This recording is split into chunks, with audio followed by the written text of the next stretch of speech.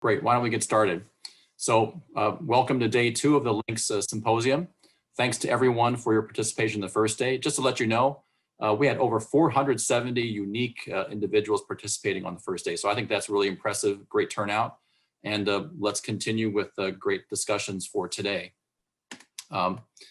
Just as a reminder, the slides and video presentations of the first day will be made available. That's all the plenary talks and the workshops. Those recordings will be made available. It'll give us a couple of days to get those posted online, but we'll send out a link to that very shortly.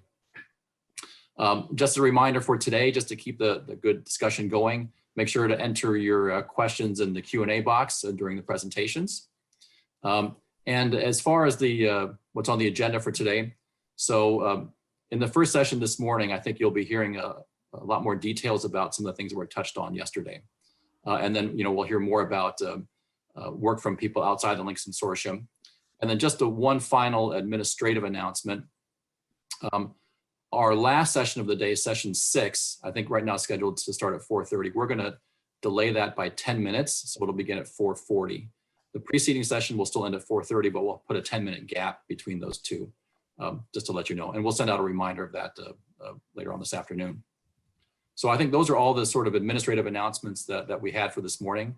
So let's just get right into our next session, and I'll introduce our moderator for the session, Dr. Eric Sobie from Mt.Sinai School of Medicine, and he's with the DToxS Link Center. Eric, take it away. All right, thank you, Albert, Ajay. It's great to be here in part of this in this virtual format. So what we're going to hear about this morning, this session is entitled Integrative Data Analysis within Perturbational Studies. And this is going to follow up something that came up more than once yesterday. I heard at least like 2 speakers mention this, which is that, right, if you create a signature using data from one type of assay, it might be decent, but if you can combine data from multiple types of assay, multiple assay types, that's going to often improve the information content of your signature. And if you're using it for prediction, it's going to improve that. So what we're going to hear about this morning are several studies from different centers or people associated with the different centers that are going to follow up on that theme and tell us about how they performed integrative analysis, which as we'll see is it can be very challenging. The first talk we're going to have this morning is from Aravind Subramanian from the Broad Institute.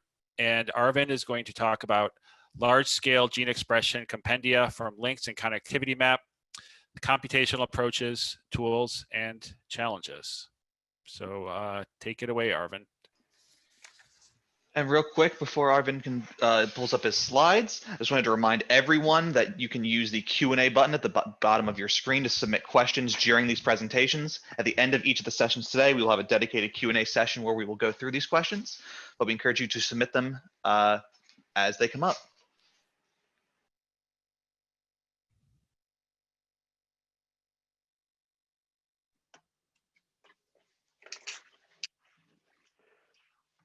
Hello. Thanks all for the opportunity to present on behalf of the Broad Transcriptomics team. So I'm going to go over what we've been working on for links over the past 10 years or so. But just to get started, I think folks have seen this many times. It's simply the goal of much of this data from our perspective is as a lookup table for biology, where one should be able to go in, interrogate the resource with signatures of small molecules, genes, or diseases, and from the resource emerges hypotheses on the mechanism of action of a small molecule, the target pathways that are modulated, disease, and potential therapeutics for diseases, and so on. So this is the concept, and I'm going to go over where we are with the state of the resources, as this is the final links symposium. I think it's perhaps worth just going over what the additions to the CMAP data have been enabled by links. Importantly, because of community resource, I'll briefly touch on ways in which we make the data accessible, reasons why we think the data is reliable and how we evaluate that. And of course, I'll try to get to the point if is more data better. I'm not sure there's going to be a conclusive answer, but still, these are topics that I think are relevant to understanding what a resource does. I'm not going to be able to do justice to any one of these in any great detail in 20 minutes, but I will point you to a few posters by folks from the team this afternoon. And also we continue to monitor email and address questions over email and office hours at this email address and at this time on Tuesdays. All right, so here to get started, these are the data sets enabled by links. So the original connectivity map concept published in Science, and then for, later on a website, had around 7,200 gene expression profiles, of which about 1,200 were FDA-approved drugs. Our final links release will contain over 3 million L1000 profiles that come from over 80,000 perturbations. Profiling has covered most FDA-approved drugs, several tool compounds, and importantly, a large number of addition of genetic signatures representing loss and gain of function with genetic perturbations. Here are some other slices of the data. As I said, large number of perturbations, many compounds. The mechanism of action covered by the compounds is as extensive as we could make it, so over 600 odd pharmacological classes. We've knocked down between CRISPRs and shRNAs at different levels of depth, around 9,000 genes. The data has been profiled across 240 cellular contexts. There is the core subset that have seen most of the profiling, but there are a number of additional cellular contexts in the data. One can do interesting intersections of these data. I'm not going to go through all of these, but just to point out that we have a variety of perturbations, including a number of ligands. And in fact, you can observe that these different perturbations affect different genes in different ways, but all of them have an impact on transcription, as shown by these various histograms. So one of the challenges in analyzing the data is to be able to combine results across these different perturbation types. But I think, as you'll see briefly, some of those results look interesting. As I mentioned, we've added basically every drug we could get our hands on that has been approved. There are a number of additions of drugs by MOA. Similarly, we've extended profiling to a larger number of cell types. So in summary, if one made a matrix of the earlier release, where the rows here are cell lines and the columns are mechanistic classes of compounds, there was fair coverage in the earlier release. It was concentrated on a few core cell lines. In the final links release, this matrix is much more populated. Of course, that core concentrations in the core cell line continues, but there are a number of other cell lines that have seen a number of compounds. Over the years, this has been a data generation team led by Dave Peck. Xiaodong Liu has done most of the cellular lysates. John Davis, Mukta Bagul, Desiree, Dan, Sarah, and Nick have all played important parts in making all these data. Okay, so that's a lot of data. Well, what have we done to make the data accessible? There are three basic modalities. You can download the full matrix. You can slice out just what you need with a new Google BigQuery interface that we've implemented. And of course, you can use apps to analyze and query the data without needing to download any data set. I'm going to skip over the first aspects, the downloading aspects. Those will be covered in the workshop and in posters. But just to point out that we do have Dockerized versions of much of our infrastructure that people can install on their local institute's computers if they want to execute things in batch. So again, this will all be described in an upcoming workshop on December 17th and 18th in much more detail. I do want to talk about query briefly, because this is, of course, the core connectivity map analytic, where one comes in with a gene set that one generated from an experiment in their lab, and one queries the CMAP links resource, which basically means a computational algorithm goes to every one of the profiles or signatures in the database, computes a enrichment or a connectivity score, and provides an output of the top ranking correlations. So we have a app on the website that provides this functionality. Again, without going into every last detail, it is important to take the, so while the original connectivity map did use very similar analytics, the results returned were for around either 600 or for a few thousand perturbations.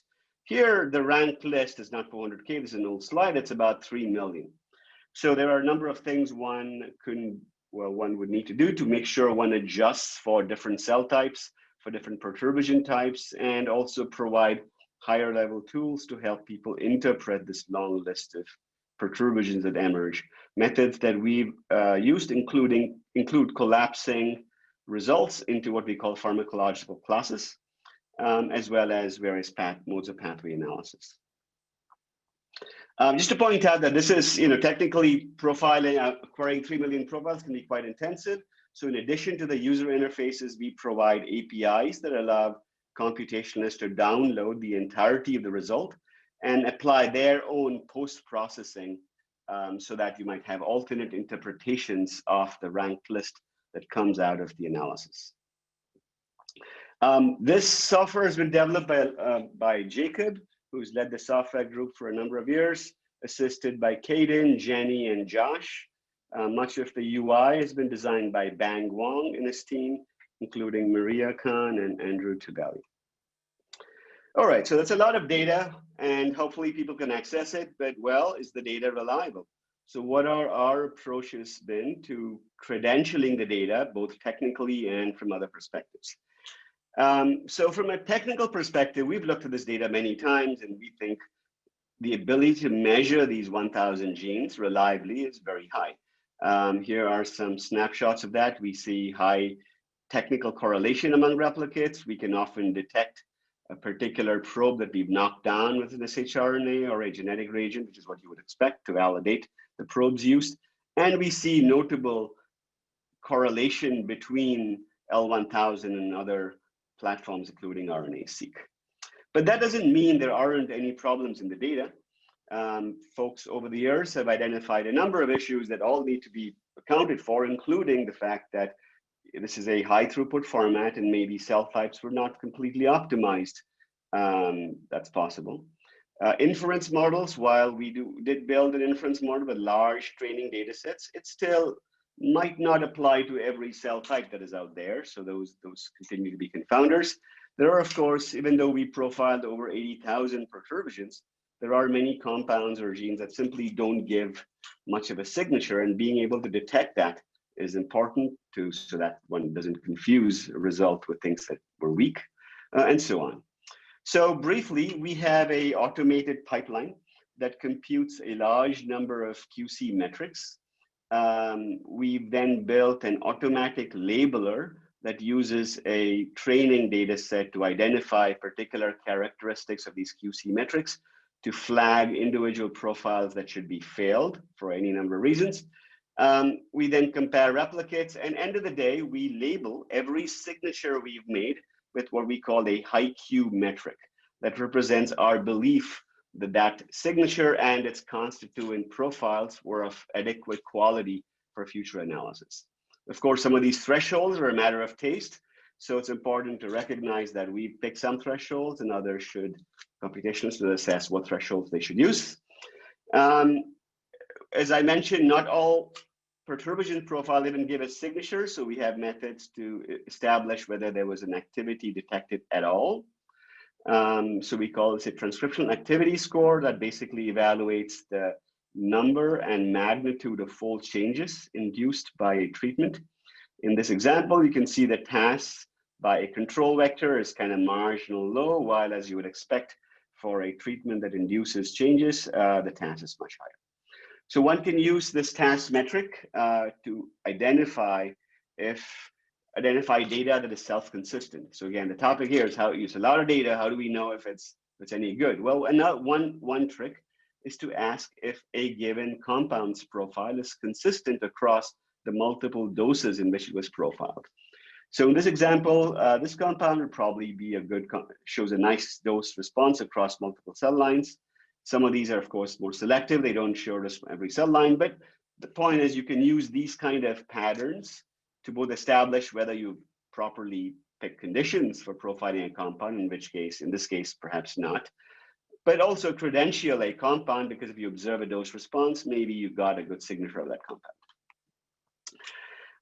And you can use these metrics to rule out perturbations that had no real effect. So in this particular data set, even though there were a few thousand signature compounds studied, a vast number of these didn't even have an effect. And hence, in an analysis, one should probably rule out the 56% of compounds even before even reviewing the data.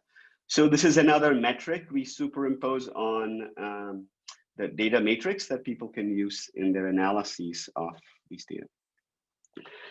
Other effects, there are large off-target effects caused by shRNAs. We published on this previously, where these effects are caused by hairpins that share the same seed sequence but target different genes. We have a procedure that adjusts for that and minimizes this effect. That seems to improve the ability of the consensus signature to find compound connections. But that was all shRNA world. Of course, CRISPRs are their genetic agent of choice. So over the past 5 years, we profiled over 5,000 genes in 10 Cas9 derivatized cell lines. So each one has been knocked down individually, one guide per well, on the order of at least 2 guides per gene, in some cases more. And this is a large data set we've added to the matrix. You can evaluate the quality of this by asking if the targeted gene that we measure was actually affected by the CRISPR guide. And we find that for a good number, 60% of targeted landmark genes, we do notice notable knockdown of the intended transcript. This is certainly higher than what we've observed with shRNAs in the past. So we have some belief that this data could be useful. As I mentioned, these are our methods to credential the data, but we recognize there are many other data analysts and data science folks who might apply interesting methods to improve these. So we have compartmentalized all aspects of our pipeline, and at least for 3 of these, we have launched contests, crowdsourced challenges that have invited the community to take these modular implementations and improve these. And we've gotten pretty good results. In every case, we've noticed others have done notably better, or at least have improved on our baseline implementation. Much of this analysis has been led by Ted, helped by Oana, Evan. Andrea has led much of the contest with Kareem Lakhani and others at HBS. Dave Lar, Ian, and Andrew did much of the analysis for the QC and genetic perturbation aspects. Okay, so the last topic here, well, we've released a lot of data, notably more than what in the earlier release, well, but has it been useful? Of course, end of the day, it's, community of users would need to tell us that, but here are some anecdotes that tell us that we think more data has been useful in a number of ways. So one thing we've noticed is for target ID in particular, it is useful to integrate the baseline expression of a gene to assess if it's being targeted by a compound. Obviously, we couldn't do this if one had selected only 1 or 2 cell lines to profile the compound. So having a panel of cell line helps. And in fact, this is not an anecdote. We see in a number of cases, if you factor in the baseline expression of a target gene, you are able to notably improve target ID.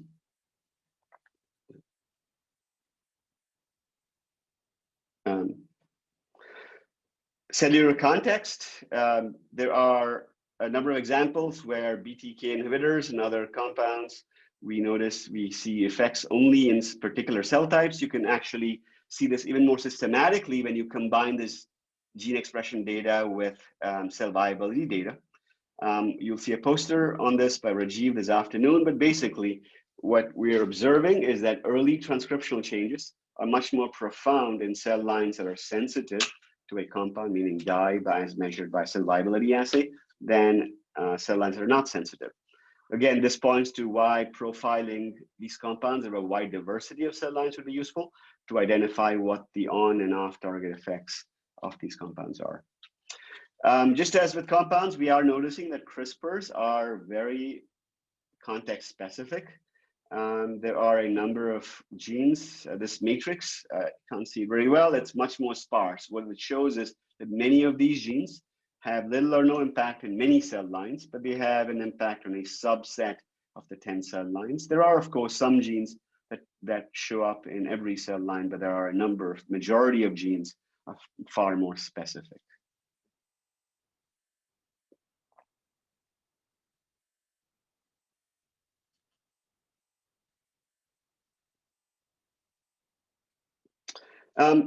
So topic here, well, has more data been useful? Well, one way to get to that is, well, if you have a given area of biology that is interrogated by compounds, by shRNAs, and by CRISPR, and they all co-connect, you might have better belief that your result is right.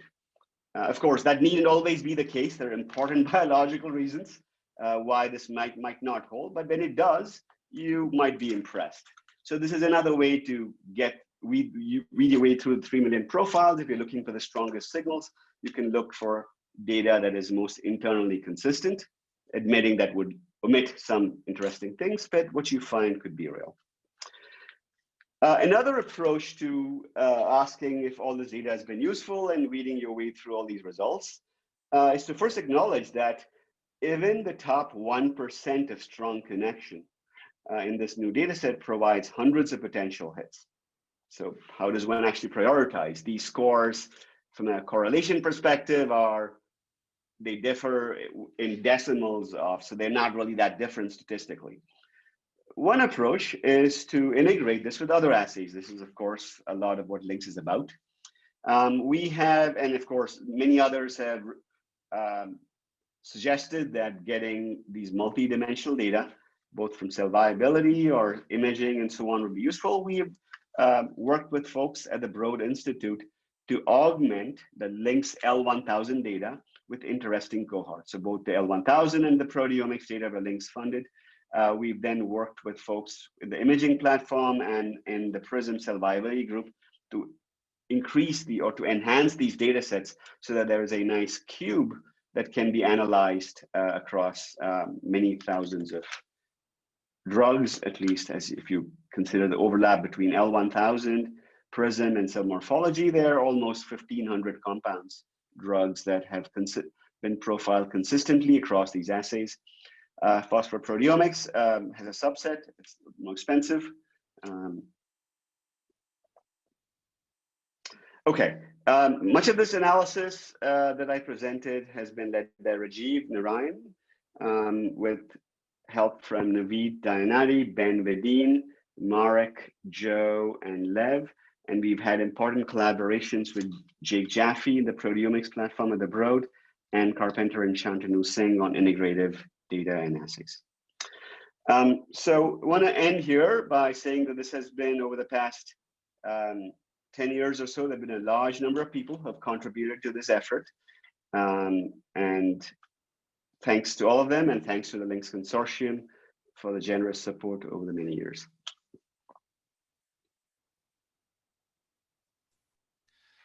All right. Thank you, Arvind. Really interesting presentation as always. Really impressive in terms of all the data that's been generated up at the Broad. And we have several questions, but in the the way that this is structured is that we're going to go through all the talks, and then we're going to have the Q&A all at once, sometime around 1:30. So we are so hold tight, and we will move on to the next talk. And this one is from my center, from the DToxS Center at Mt.Sinai, and this is going to be a tag team by a couple of colleagues of mine, Christoph Schaneil and Nicole Dubois, and the two of them will be speaking about a library of well-characterized 40 healthy human subject iPSC lines, generation and uses.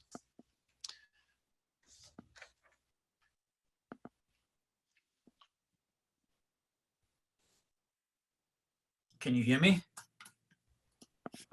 Yes, we can. Okay, let me see. Okay, here we go. Share and you can see the That's not what do you see? That's the question. We see it in presenter mode. If you could go to the top of the screen and just hit swap displays. Exactly. Good. Perfect. And now you're all set. Good. So as Eric just said, Nicole and I are going to present our library, and we're part of the Drug Toxicity Center or Signature Center at Mt.Sinai.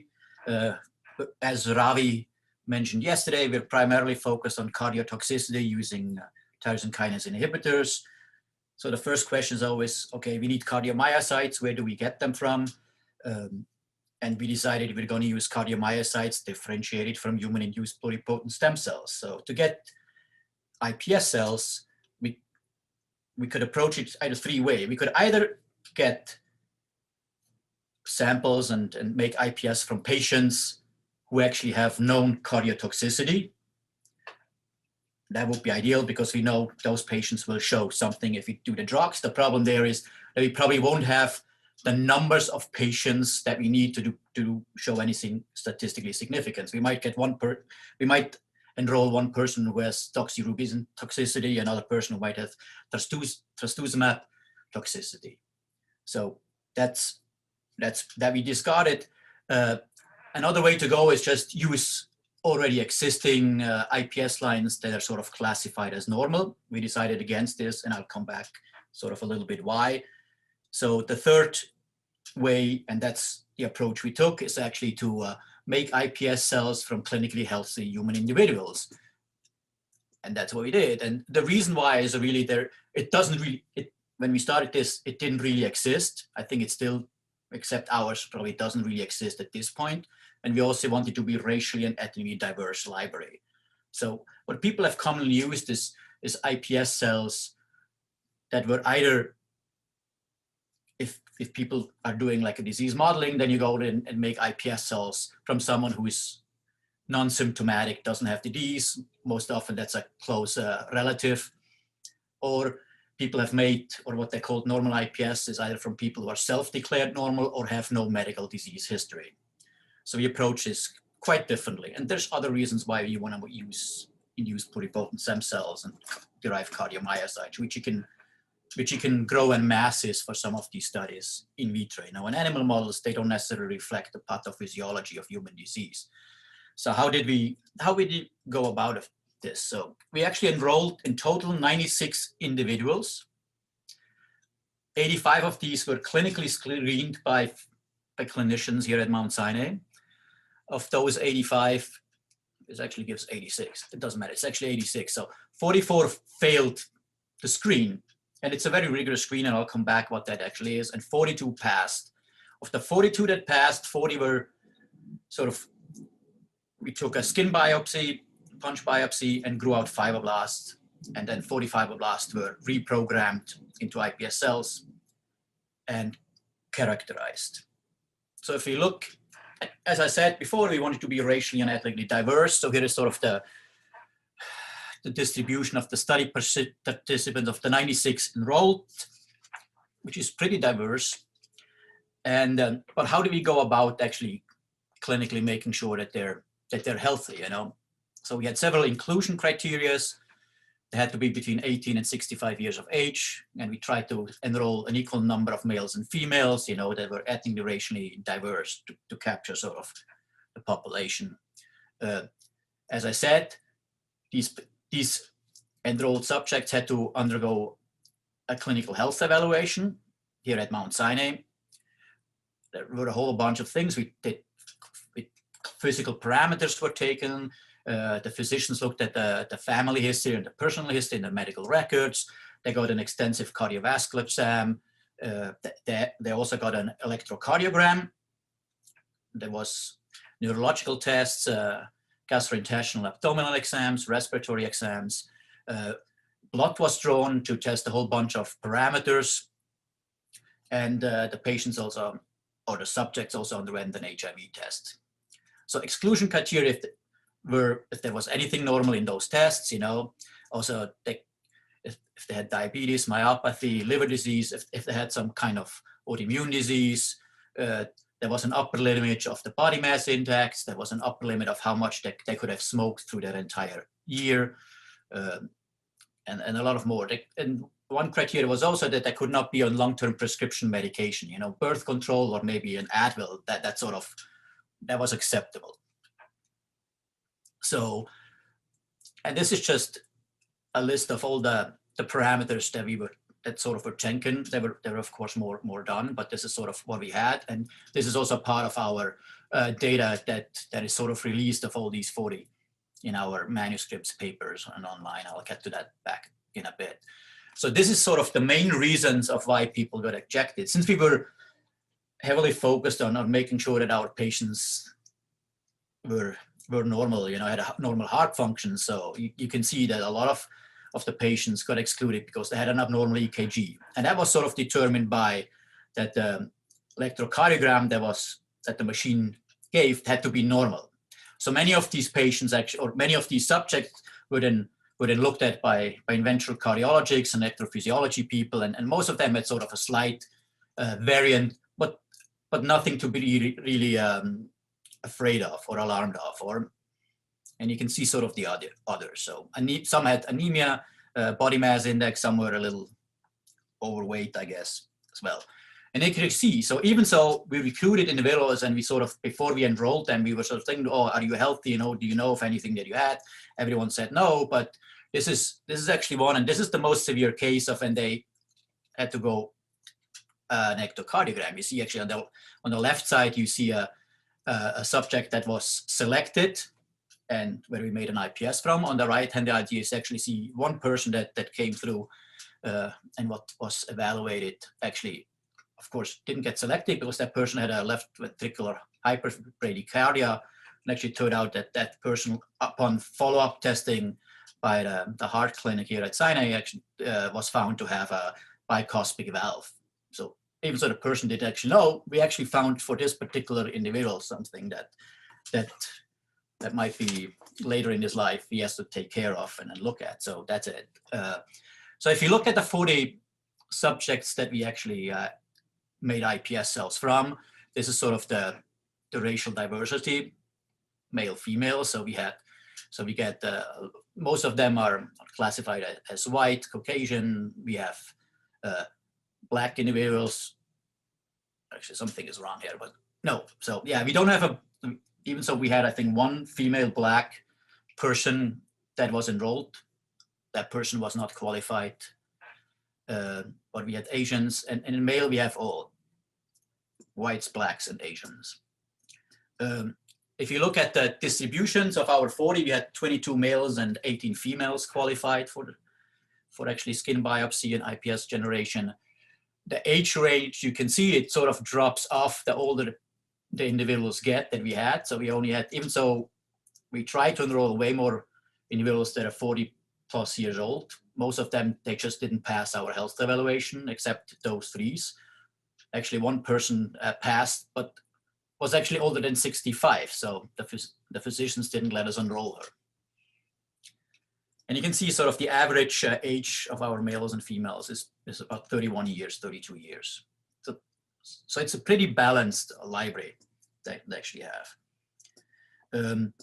Of course, for the whites, we also looked further, and we have actually some Hispanics in there, 4 in the males, and we have actually some Hispanic and even Latinos in the females, just to show again that we're trying to be really ethnically diverse. So after we skin biopsied all of these 40 individuals, we went on to actually make iPS. And the iPS cells are being banked at YCell. That's currently ongoing.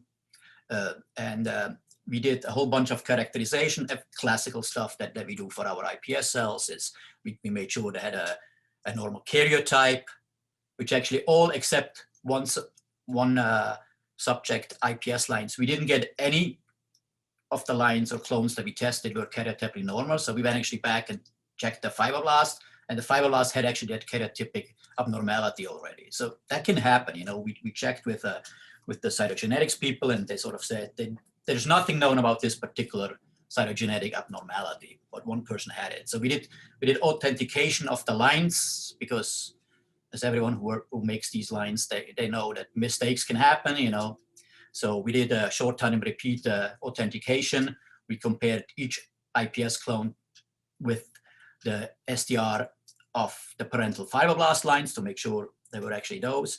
We looked for the classical pluripotency assays by immunofluorescence for several markers. We also did use the pluritest, the bioinformatics tool, based on mRNA-seq data to actually say that they're pluripotent. And as you can see here, this is just for one clone, but we did everything in duplicates. That's where the 2 duplicate samples cluster.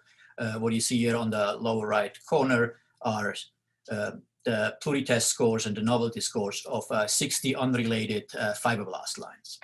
So you see how diverse that is. And we also did whole genome sequencing of these, and that data will be deposited in the gap, while the mRNA-seq data is deposited at GEO. For additional information that you can find on Mt.Sinai Institute for Systems Biomedicine website and the DCIC's links data portal, where all this data, at least the G-band, the karyotypes, the SDRs, the immunofluorescence, the age, sex, and the IDs of the cell names is being deposited. So, as I said, we did whole genome sequencing, and all these individuals are clinically healthy. But we then still did the whole genome analysis. We did ancestry determination, which sort of confirmed the racial ethnic diversity of our library. And we also looked for disease gene and risks. And even so, these are all clinically healthy, you know, if you look at the whole genome sequencing of these individuals, you always find still something, you know. And actually for 6 of these individuals, and you see the subject ID, a board-certified clinical geneticist found actually potentially pathogenic, potentially dominant disease risks for these individuals if they pass it along to their, you know, children. So this sort of indicates that even if you do a clinical evaluation of people and they're at the time of evaluation they're clinically healthy, doesn't mean that they may remain healthy or that their kids may be healthy. So another analysis that we actually did is use the mRNA-seq analysis and actually look. There's always a question of does sex, age play a role, or does that sort of classify the individuals? And when we looked at this and looked at the whole transcriptome of the iPS cells, we didn't see that. So definitely age and sex of the individuals doesn't segregate the iPS cells from each other, you know. So, and you see that, so their male and females are sort of intermixed, as well as the age categories. They're sort of classified by colors. So in summary, from my part, you know what we did. So we made the iPS cell lines from 40 clinically well-characterized, diverse, healthy human subjects. We characterize that as you would normally do for iPS cells, you know, make sure they have a normal karyotype.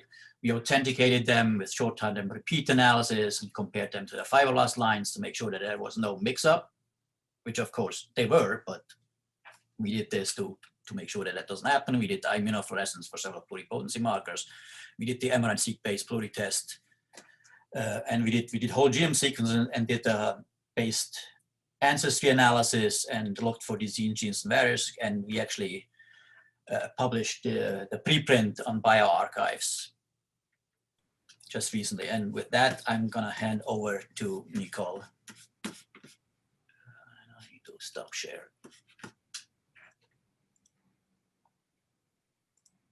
All right. I think that leaves me like 3 minutes, which I'll use to walk you through a side project that we pursued with this library. You've seen the main purpose presented, why we made this library and the perturbation study yesterday by Ravi Yengar. But we realized that having such a heavily controlled library provides a lot of opportunities in which to test the multiple levels of variability that we see in the system. And this is based on what everyone in our field realizes, which is that when people work with some of the more established model systems, they are very similar, whether you look at a mouse at Mt.Sinai or in Boston or in San Francisco. However, we are all aware that when you do these type of experiments, the tissue culture model system comes with a lot more variability for many different reasons. So we set up a small study at this point. This is the pilot study design, where the aim was to really understand variability in our system with respect to cardiac differentiations between different individuals, and then in a higher granularity also between different clones from the same individual. We started with 2 male cell lines, differentiated the cells towards the cardiovascular lineage, and then used a number of our standard assays at high resolution to sort of dig deeper into that variability. We were mostly interested in doing functional studies, which is where our field is moving to in terms of getting data from these systems. And we'll talk later about more protocol-related aspects of this work, but we use an approach to reproduce developmental biology in culture when generating those cell types. So we get access to earlier stages of heart development using this system, and there's published protocols from literally hundreds of labs illustrating that we can make the different cell types of the heart. That includes the non-myocardial cell types, as well as the variety of the cardiac cell type, the myocardial cell types that you would find in a fully differentiated heart. Our first time point that we looked at in these different lines is this early stage, a transient stage during differentiation called Cardiac Mesoderm, because we have actually really good markers to assess that stage during differentiation, and it's predictive for the overall efficiency of the generation of cardiomyocytes. We use surface markers and flow cytometry for this assay, which gives us really deep data on a single cell level. And this is an example on the left from individual 14 and individual 25, looking at ventricular and atrial differentiations. And this is sort of at this stage, the summary of the data. Every data point in the quantification represents an individual differentiation. And at the early stage of differentiation, what we concluded is that there's definitely variability from experiment to experiment, not surprisingly to everyone who does these type of assays. We did see that there's a comparable variability between atrial and ventricular differentiation protocols, but we do find a greater variability in individual 25 compared to individual 14, again, sort of correlating with what other people have found when they have pursued similar studies for other lineages. We then moved to the time point of real interest, which is the differentiated cell types, and we generated atrial and ventricular cells, which again, we have ways of reading out the efficiency for that by using cell surface markers on and flow cytometry. So alpha in this case marks the cardiomyocytes in culture, and CD90 is a marker for mesenchymal cells. So on the top left here, you'll find the cardiomyocytes. We use an enrichment protocol that we'll be speaking about a little bit later in the workshops this afternoon, which helps us eliminate non-myocardial cell types in the culture, which is very convenient when we then pursue transcription analysis, where we aim to have highly enriched cell populations. So here again, you'll find a summary of the quantification, or of the quantification of this data. In gray is pre-selection, in light gray, in dark gray is post-selection. Again, each individual has ventricular and atrial cells. And what we found in this small pilot is that, again, as expected, there's a high variability in cardiac differentiation, and lactate purification, however, equally eliminates that variability, and we can achieve very highly pure cultures, regardless of protocol, individual, or clone. And lastly, and most importantly to us, we did physiological assays. We did multi-electrode analysis, immunofluorescence, as well as calcium transient in collaboration with Eric Sobe's lab here at Sinai. These are important assays because they're really telling us about the physiology of the cells, and they're a little bit less descriptive compared to a lot of the other assays. I picked three sort of parameters that we know are really relevant and inherent to cardiac physiology. Again, you'll have in light gray the ventricular cells, in dark gray the atrial cells, and to sort of not go too much over time, but the key take-home messages for us here were that we do see all the expected differences that we would expect between an atrial and ventricular cell type, which has been characterized by other labs in the past. And that's very, very reliable, again, regardless of subject or clone.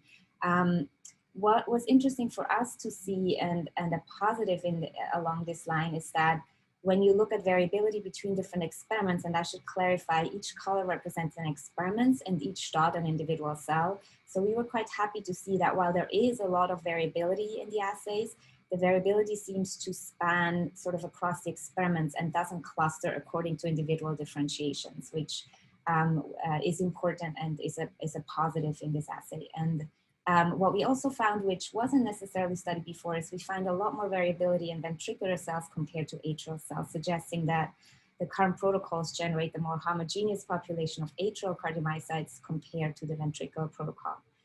So we're following up on this with larger numbers. We don't really quite have the statistics to make very firm conclusions, but what we hope is that this library of cells, because it is so highly rigorously established, helps us to do these type of studies. And while we all know that the variability is really high, I think the optimistic take on this is that the variability can be measured and then, of course, taken into account when formulating the conclusions on the biological studies that we're all pursuing. And then again, in a bigger picture, because of this, there's many strategies that are being developed to make this IPS model more robust. And I hope we'll get to speak about this a little bit later today in the workshops. And with that, I'd like to thank everyone here at Sinai that is part of the LINCS team and the LINCS consortium, and a shout out to also Ajay and Albert for the continued support and for setting up a really interesting symposium. All right. Thank you, Nicole and Christoph. Really interesting talk. Again, we will have all of our questions at the end, and I'm collecting those to be able to moderate that session once we go through all the talks this morning. So with that, we will move on to the next one, which is going to be by Jim Korkala from the Oregon Health and Science University and their MEP links. Jim's going to talk about interactions between drug, genomic, and environmental perturbations.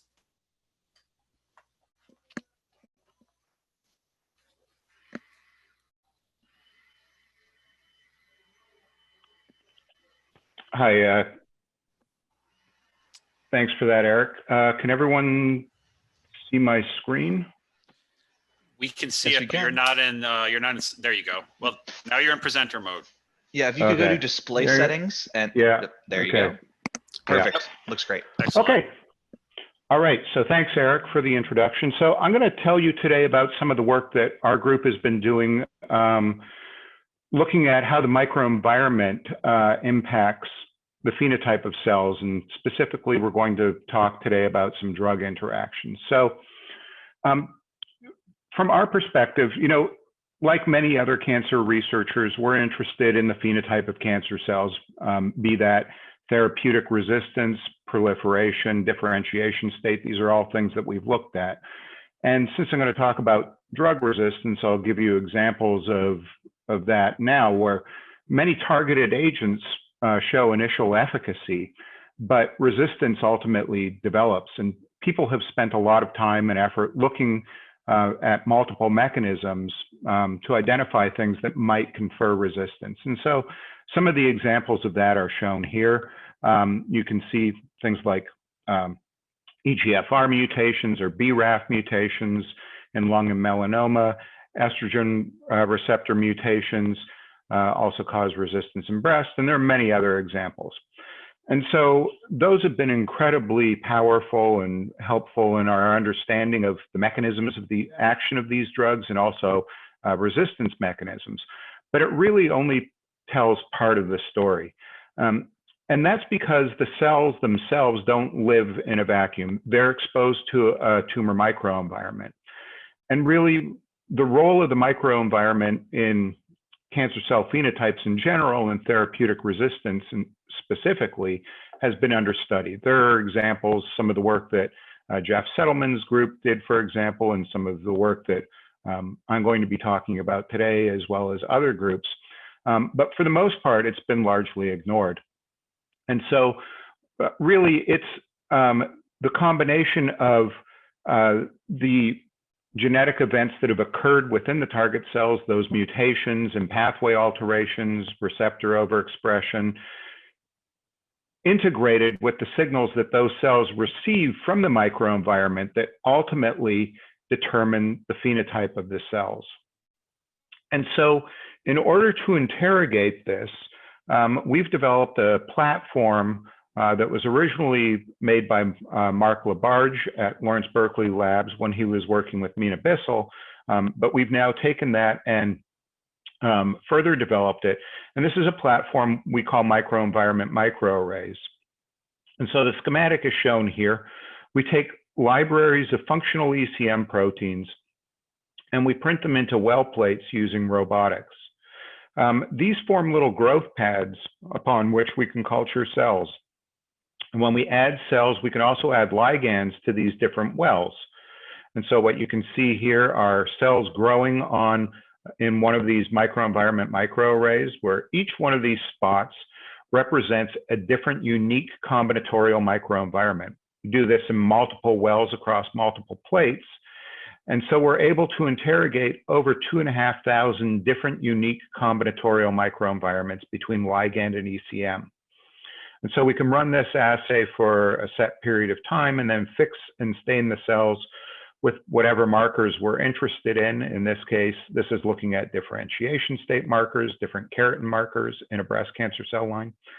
And once we've done that, those array plates are fed into an automated high throughput multicolor imaging system from which we can then extract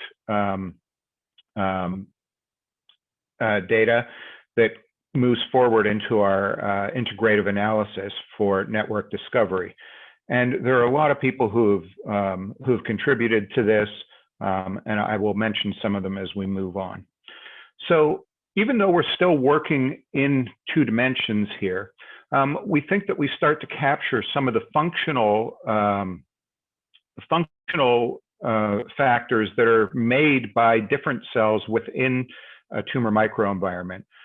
So for example, we have a number of factors that are included in the arrays that come from lymphocytes and macrophages. We have things that are associated with tumor paracrine effects, stromal cells, as well as blood and lymphatics, and then insoluble factors that might be made. I'm not going to go into a great amount of detail, but in addition to spending a lot of time developing the platform itself, we've also spent a great deal of time and effort developing both the analytics as well as data management tools to deal with all of this image data. And so that's really been a tour de force work led by people like Damir Sudar, Mark Dane, Elmar Bucher, to really capture all of the information and associated metadata. So that's the platform that we've been using. And I'm going to give you now a specific example of how we've applied this technology. And the question that we were interested in is in HER2 positive breast cancer. As many of you know, HER2 is overexpressed in about 20% of all breast cancers, and it activates downstream signaling pathways that lead to growth and survival. Overexpression of this gene is associated with poor outcome in the absence of therapy. Fortunately, targeted therapies have now been developed against this, and that's been a real game changer. But resistance is still a problem in advanced disease. So we took a couple of different HER2 positive cell lines and ran them on the microenvironment microarrays. And so our findings from one of those lines is summarized here, where we're looking at the average number of cells growing on each microarray spot on the y-axis and the EDU positive proportion on the x-axis. And this is color-coded based on the different ligands that were added. So you can see most of the ligands fall down here in the bottom left corner. These are all lapatinib treated, and they had really minimal impact on the growth of cells. I should point out that over here in the top right corner in orange, these are cells that were not treated with lapatinib. Now, what you can see right next to that, though, is another set of cells in red here that were treated with neuregulin 1 beta, growing on different ECMs. So the ECM modulates that effect somewhat, but really neuregulin 1 beta strongly makes these AU565 cells resistant. And there are a few other things that also cause some partial resistance. Well, what was really interesting to Spencer Watson, the postdoc the graduate student who was working on this project, was that we ran a different cell line called HCC1954. And interestingly, it was a completely different set of factors that made that cell line resistant. In that case, it was HGF. And so what we immediately recognized was that these are different subtypes of breast cancer cell lines. These are luminal HER2 positive breast cancer, and HCC1954 are basal HER2 positive. And so Spencer asked, is this a subtype specific effect?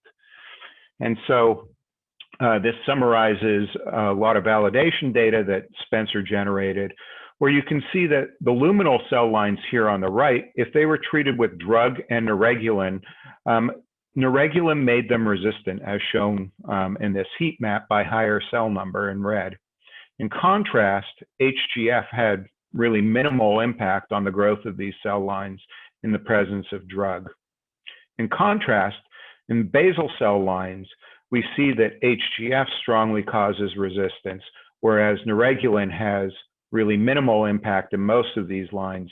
A couple of exceptions are these GIMT1 and 21MT1 cells, but those are quite resistant at baseline. And when you get up to higher doses of drug, you can see that neuregulin doesn't do much. And so Spencer went on to do a lot of work looking to see why this difference existed. And he found that there were some really fundamental differences in receptor expression, usage, and downstream signaling pathways between the luminal and basal HER2 breast cancer cells that played a big role in this. And so the obvious question is, does this actually have any clinical implication? And so what others have seen is that there is in fact an association between outcome and the expression in this case of neuregulin in HER2 positive breast cancer patients. So you can see, consistent with what our microenvironment microarray studies would predict, those with high levels of neuregulin have much worse outcomes than those that have low expression of neuregulin. We also see the same associations with MET levels, which is the receptor for HGF. But importantly, neither of these studies looked within subtypes. And so we predict that we might actually see even larger effects if we were to look within the subtypes. So that was a really interesting study that Spencer did using the microenvironment microarrays. But at the same time, we were interested in PI3 kinase mutations within these cells. So PI3 kinase mutation is very common within HER2 positive breast cancer. And we, like many others, have been looking to see what the impact of PI3 kinase mutation on the growth rate and therapeutic response of HER2 positive breast cancers is. And so a postdoc named Joe Gray, just to be very confusing since he was working with Joe Gray, he came into the lab from Ben Hill Park's lab, and he had a lot of experience with knock-ins using adeno-associated virus-mediated knock-in. And so what he wanted to do was to knock some of the most common mutations into the PI3 kinase locus of wild-type cells and ask what happens to those cells and what also happens to the microenvironmental response. And so the data that he generated is summarized here. In the top, you can see that these are cells that are engineered to overexpress different PI3 kinase mutations. In blue, helical domain mutations, and in red, kinase domain mutations, compared to the wild type shown in green. And so if you overexpress these oncogenic PI3 kinase, you certainly make the cells much more resistant to lapatinib, as shown in these growth response curves. Surprisingly, though, if you knock in the helical domain mutation shown in this middle panel of the graphs, what you see is that you don't get the same level of resistance with the helical domain mutations as you do when you overexpress that. Similarly, well, in contrast, if you knock in a kinase domain mutation, you make those cells resistant to lapatinib now. And so we were interested then to figure out what was happening if we also added in the complexity of ligands. And so we first did this in a targeted way, looking at response to neuregulin-1 beta, since that was what we had previously shown was effective in these basal subtype lines. So what you can see is we treated the cells with lapatinib, we get a good dose response. And if we treat with neuregulin, you make those resistant. However, at lower levels of neuregulin, you see that you only get partial resistance.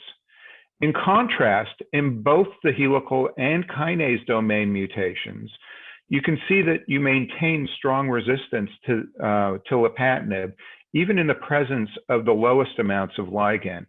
So that suggests to us then that the mutation actually is impacting the response to the ligand as well. And so we wanted to know whether or not that was true for additional ligands as well. So we turned to our MIMA platform, to assess response to HER2-targeted inhibitors in both the wild type and mutant cell lines. And so I'm just going to quickly summarize the findings here, where we can see, again, these are different ligands along the x-axis, and in this case, we're looking at EDU positivity. So these are in the wild type cells treated with lapatinib. And what you can clearly see is that there are three conditions out here on the right that strongly induce resistance in these cells to lapatinib. There are a few things that are to the right of PBS here, suggesting that they may give partial resistance, but the strongest resistance is from these three conditions here. And these are all different isoforms of neuregulin-1. And so that's really consistent with what we had previously seen. But when we look at the same dose response or same response in the kinase domain mutants, what we see is a very different story. So now we see that there are many more conditions to the right of the PBS control. And the difference between the neuregulins and additional factors is much lower. So we don't see that strong effect. So the differences between the most resistant ligands and less impactful ligands is smaller. What was interesting to us was that in addition to the neuregulins, there were additional EGF family members that also gave rise to resistance, things like amphoregulin, beta-cellulin, and epigen, as well as other ligands that gave rise to resistance. So Kaylin Devlin and Rebecca Smith in my lab went on to do some validation of these findings. So she treated parental as well as both mutant forms of SKBR3 with PI3 kinase mutation with PBS and different ligands and assessed cell number. So what you can see shown with the blue arrows here in the wild type cells, H1047R and E545K, the helical domain mutation, neuregulin-1 beta makes all of those cells more resistant to lapatinib than PBS does. In contrast, beta-cellulin treatment makes the helical domain and kinase domain mutants just as resistant as neuregulin-1 beta, whereas it has much less effect in the wild type cells. So that suggests that the introduction of these mutations is changing the way that the cells behave and are able to respond to ligand. We see the same effects in HER2-positive breast cancer cell lines that have endogenous PI3 kinase mutations. So these are UACC893s that have a mutant PI3 kinase. You can see treatment with beta-cellulin in red shifts that curve, the lapatinib response curve shown in blue. so that they become more resistant. The GR50 values are about twice as high as in the ones that are not treated with beta-cellulin. And in contrast, in a wild-type cell line, EFM192A, we see that there's no effect of beta-cellulin on these cells. So Kaylin and Rebecca went on to look at some of the signaling changes associated with these changes. And what we can see is that the way that the cells respond to beta-cellulin is very different. So we can see phospho-AKT, particularly in the helical domain mutants, is rapidly induced in response to beta-cellulin, even when lapatinib is present. By 4 hours, we see phospho-S6 activity is high in the mutants, less so in the wild-type cells. And we think that this is a really good readout of how active the signaling is. And interestingly, we can also see things like this at 24 hours where there's upregulation of phospho-HER3 in the wild-type lines in response to both lapatinib and lapatinib plus beta-cellulin, but you don't see that in the mutant lines, suggesting that they're able to maintain signaling in the absence of reactivating the receptor. Okay, so that was just a partial look at the signaling activity, though, and so we really wanted to get a more deep dive into the signaling changes that occur in response to these different ligands. And so we ran an experiment using multiple cell lines where we treated them with different combinations of drug and ligand at different times and collected the data. And so this was kind of a victim of the COVID shutdown, but those samples are now being processed, and so hopefully we'll have those results that we're able to integrate soon. And so just to finish up, there's one additional clinical implication that Joe Garay found when looking at PI3 kinase mutations within both TCGA and Metabrick data sets. And what he found was that we actually see downregulation of HER2 and also GRAB7, an associated protein found in the same locus as HER2, in HER2 amplified patients who have either the kinase domain or PTEN mutation. And that's observed in both TCGA and Metabrick data. And so to summarize, we found that these ligands can confer resistance to HER2-targeted inhibitors in a subtype-specific manner. And really interestingly, the introduction of PI3 kinase mutations increases the number of ligands that can confer resistance to these drugs. And I will just quickly acknowledge some of the people who contributed to this. Obviously, Joe Gray and Gordon were the leaders of our Link Center. Laura and I collaborated a lot on the data generation. Some of the work that I showed today was done by Spencer, Joe, Rebecca, Kaylin, and Mark was really instrumental in the analysis.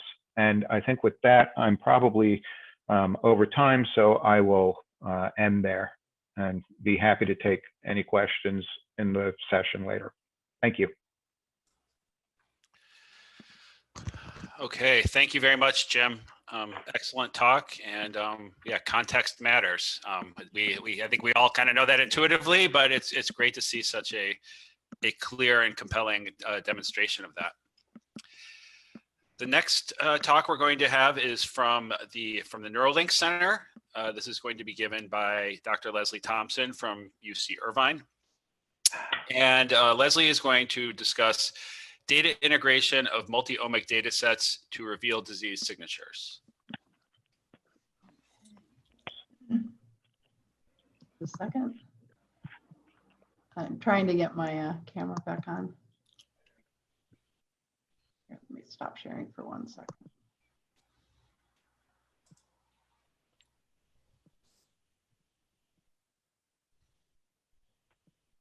There we go. Okay, thank you very much for this. This has been a great meeting, and we've really been privileged to be part of this LINCS consortium. It's been a great experience. And so I'm going to be presenting and following on to what Clive Svensson had been discussing yesterday to describe some of the results from the NeuroLinks multidisciplinary multiomic approach. And here we're building cell signatures, and we're using the genetics from motor neuron disease as our perturbation in this case.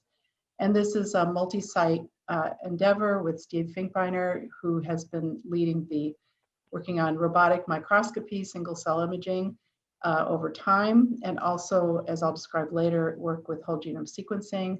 Ernest Frankel's group at MIT working on ATAC-seq and data integration. Jeff Rothstein has been looking at cell phenotypes and is director of the Answer ALS consortium I'll describe. Jenny Van Eyck, Proteomics, and we won't be going into a lot of detail there, but I'll explain what she's been working on. Clive, as you heard, the IPS work and also some new transcriptomic work, and we've been leading the transcriptomic effort. And I can't begin to give credit to all the people who are involved, all the investigators in the various labs as we go along. I'll try to highlight a few.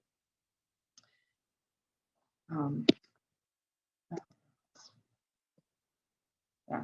As you heard yesterday, we've started with induced pluripotent stem cells as our starting material, and Clive and Dhruv Serene at Cedars have been differentiating those lines and then in parallel sending those out to each of the sites for the assays, the primary assays. And it's been really critical that these are parallel differentiations so that we're all looking at the same cells and going through the various primary assays into integrative signature generation. We started with the C9orf mutation. So this is the most common genetic form of ALS. And you heard a description yesterday from Clive about ALS.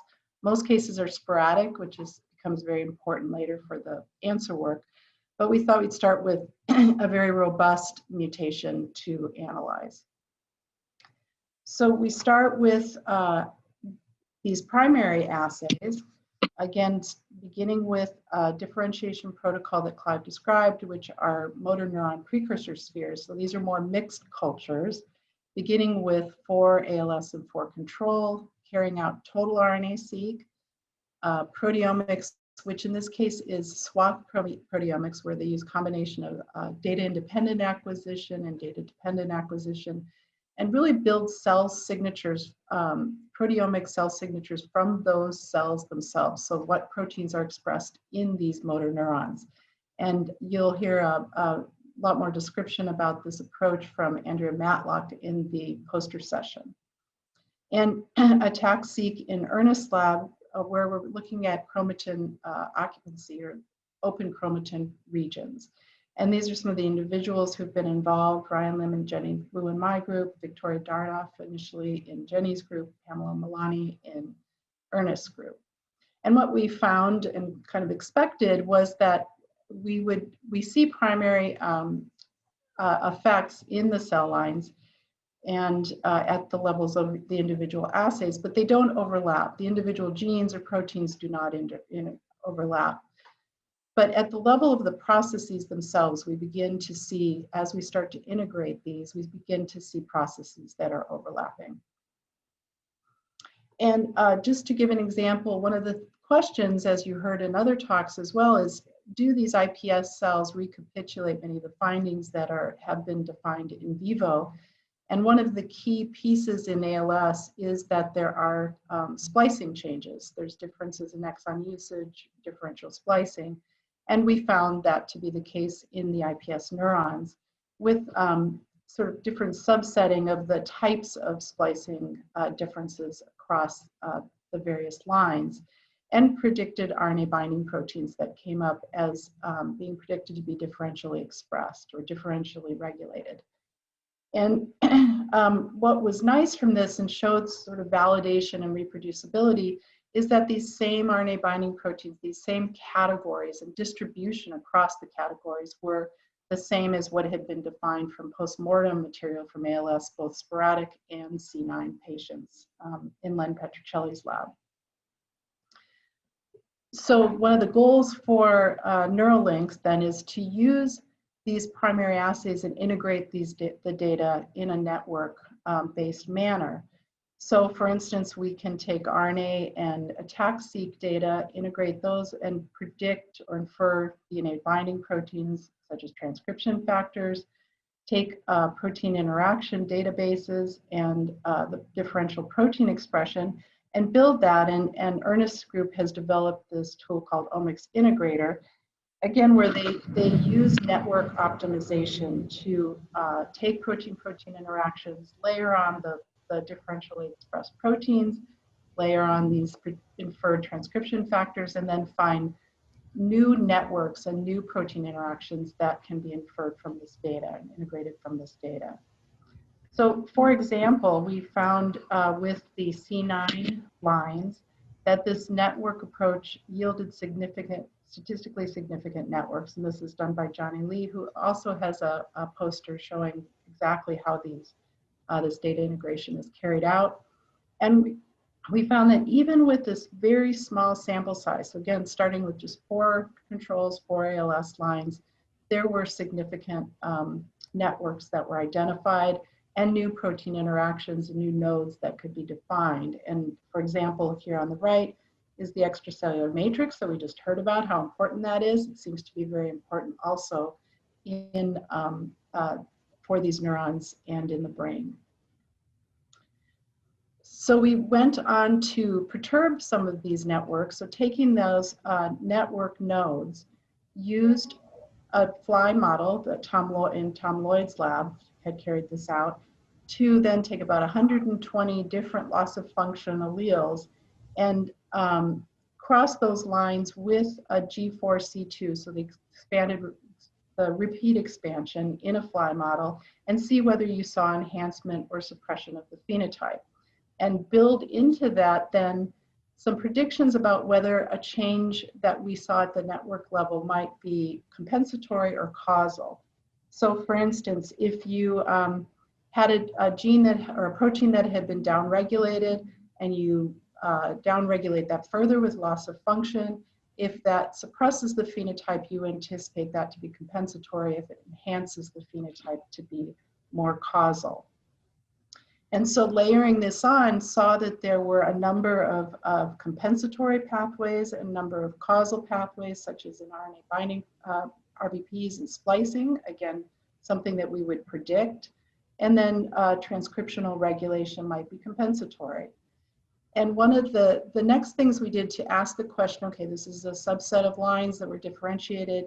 Can we then test a completely different set of patient lines, a different differentiation protocol, and which we did another 4 lines, and using a slightly different protocol that was a shorter protocol, and found a number of these changes, if you layer these on with these little red arrows shown here, that many of these were very consistently changed. They still showed up the same types of networks within these compensatory and causal pathways. And finally, we evaluated RNA-seq data from human postmortem C9 cervical spine data. And this was in collaboration with the New York Genome Center ALS Consortium, where they have hundreds of samples of RNA-seq. And again, there were many pathways that overlapped and were enriched in that postmortem material that we had found in the Neuralinks, in those IPS neurons. So as a second perturbation, we also looked at SMA, spinal muscular atrophy, that you heard about from Clive yesterday also. And this is a childhood motor neuron disease with a very strong mutation. It's caused by homozygous mutations in something called SMN1. And this is, again, a disease that involves splicing. And in this case, you see lower levels of the SMN protein. And dependent on the splicing that occurs for SMN2, that will also regulate SMN protein function. And in the lines, indeed, when we differentiated to motor neurons, we see this significant loss of SMN1 gene expression. And when we use the network modeling approach, again in Ernest's group, we again see these significantly enriched networks that show up for SMA-associated genes. And many of these have already been defined as being implicated in SMA, protein interactions that have been defined, plus some new ones that have been discovered. And again, we knew that we should expect alternative splicing in this, and we indeed did. And again, we see similar representations in terms of the type of splicing aberrancies that we see, but in this case, they are different genes that have alternative splicing. And so out of these, some of the top differentially expressed exons are, as you would expect, SMN1, but then a couple others that we find, for instance, SLIT2, which is a differential inclusion of exon 31. This is a highly enriched exon that is expressed in motor neurons, DRG neurons, and photoreceptor neurons. And this particular one was highly enriched as being altered in its splicing. And you can see here, this is in the RNA-seq data where we looked at the differentially expressed exons, and only this one exon was altered in its expression. That was validated in Charlotte Sumner's lab. We've been collaborating with her on this project, showing that indeed in all of those iPS neurons, that particular splice variant is upregulated. So where we are now with these Neuralinks networks that have come up for both SMA and C9orf72 is to do perturbations and determine if indeed these contribute to the disease, if you can change the course of the disease, similar to what we were observing in the fly model. So from Neuralinks, we've concluded that you can use these integrative computational methods that combine the various omics approaches and identify both pathways that have been defined before, but also new pathways, including this biological adhesion and extracellular matrix. And that we see validation in fly models and human tissue. And even across different differentiation protocols, we can see enriched pathways from this method. So it allows us to, even with a very small number of patients, to get at pathways that are potentially relevant to disease. And leading from that then is Answer ALS, and I'll go through this rather quickly. I don't know what time I'm at right now. And Clive had described this yesterday, this very large effort to use precision medicine. And this is to enroll, we've enrolled over 1,000 patients in this, and there's a clinical component, the iPS cell component, and the omics component. And none of this would have been possible without laying this groundwork from Neuralinks with the QC metrics, the metadata we've heard about, the utilizing these new approaches, developing pipelines. All of this laid the groundwork for being able to do this type of work. And just going to show a couple examples from this. One of these is from Divya from Ernest Frankel's lab, where she's using AI approaches and a mixture of Gaussian processes modeling to identify trajectory clusters. So this is now using the clinical data from the project and showing that there's different trajectories based on this functional rating scale, ALS functional rating scale, for patients over time. Each dot represents a different clinical visit of the lines individual patients. And what she's found is really cool, that you can identify different clusters, various patterns of decline across these various clusters. So they can be have different shapes. They can be sigmoidal, they can be convex, concave. And these represent different groups and different progressions of these patients. And they correspond to survival outcomes. So these are individuals that have different, this is their rating score and their probability of survival. And this changes depending on this modeling that has grouped these different trajectories together, groups of patients that have similar trajectories, both in their progression and in their time to death. And you heard from Clive yesterday about the differentiation protocol that we're using for this project, these day 32 pure motor neuron cultures. And we've really tackled this idea of scaling while minimizing variability. As you heard also about the batch technical controls, where there's a single differentiation, bulk differentiation, that is utilized in every single assay that's included, and then differentiation control where that same line has been differentiated with the other lines in each batch. And this has been critical to being able to follow the heterogeneity across the differentiations, any differences that you saw and you heard again from Robbie's group. And we starting to look at the phenotypes of these cells, Steve Finkbeiner and Julia Kay, and there's a poster on this also. I won't be going into any depth in this, but looking at various features across time, across wells of single motor neurons, there's features that showed significant differences. And one of these has to do with neurite length. The length of the neurites themselves seem to be longer with the C9 or 72 patients, which is actually quite surprising, and Julia has a poster on that. And then looking at, starting to look at the primary assays and the omics assays. For instance, when we look at RNA-seq, there really isn't any overlap or any separation between the ALS and controls, even when you account for different known mutations. But, and when we look at the BDC and BTC controls, these control lines that are included in each assay. Those are shown here in blue for our third cohort, which it shows very, very, very tight clustering of those controls. The initial cohorts that you saw from Clive, there was some variability with some of the cell markers, but in these later cohorts that we've been evaluating, they're very, very tight.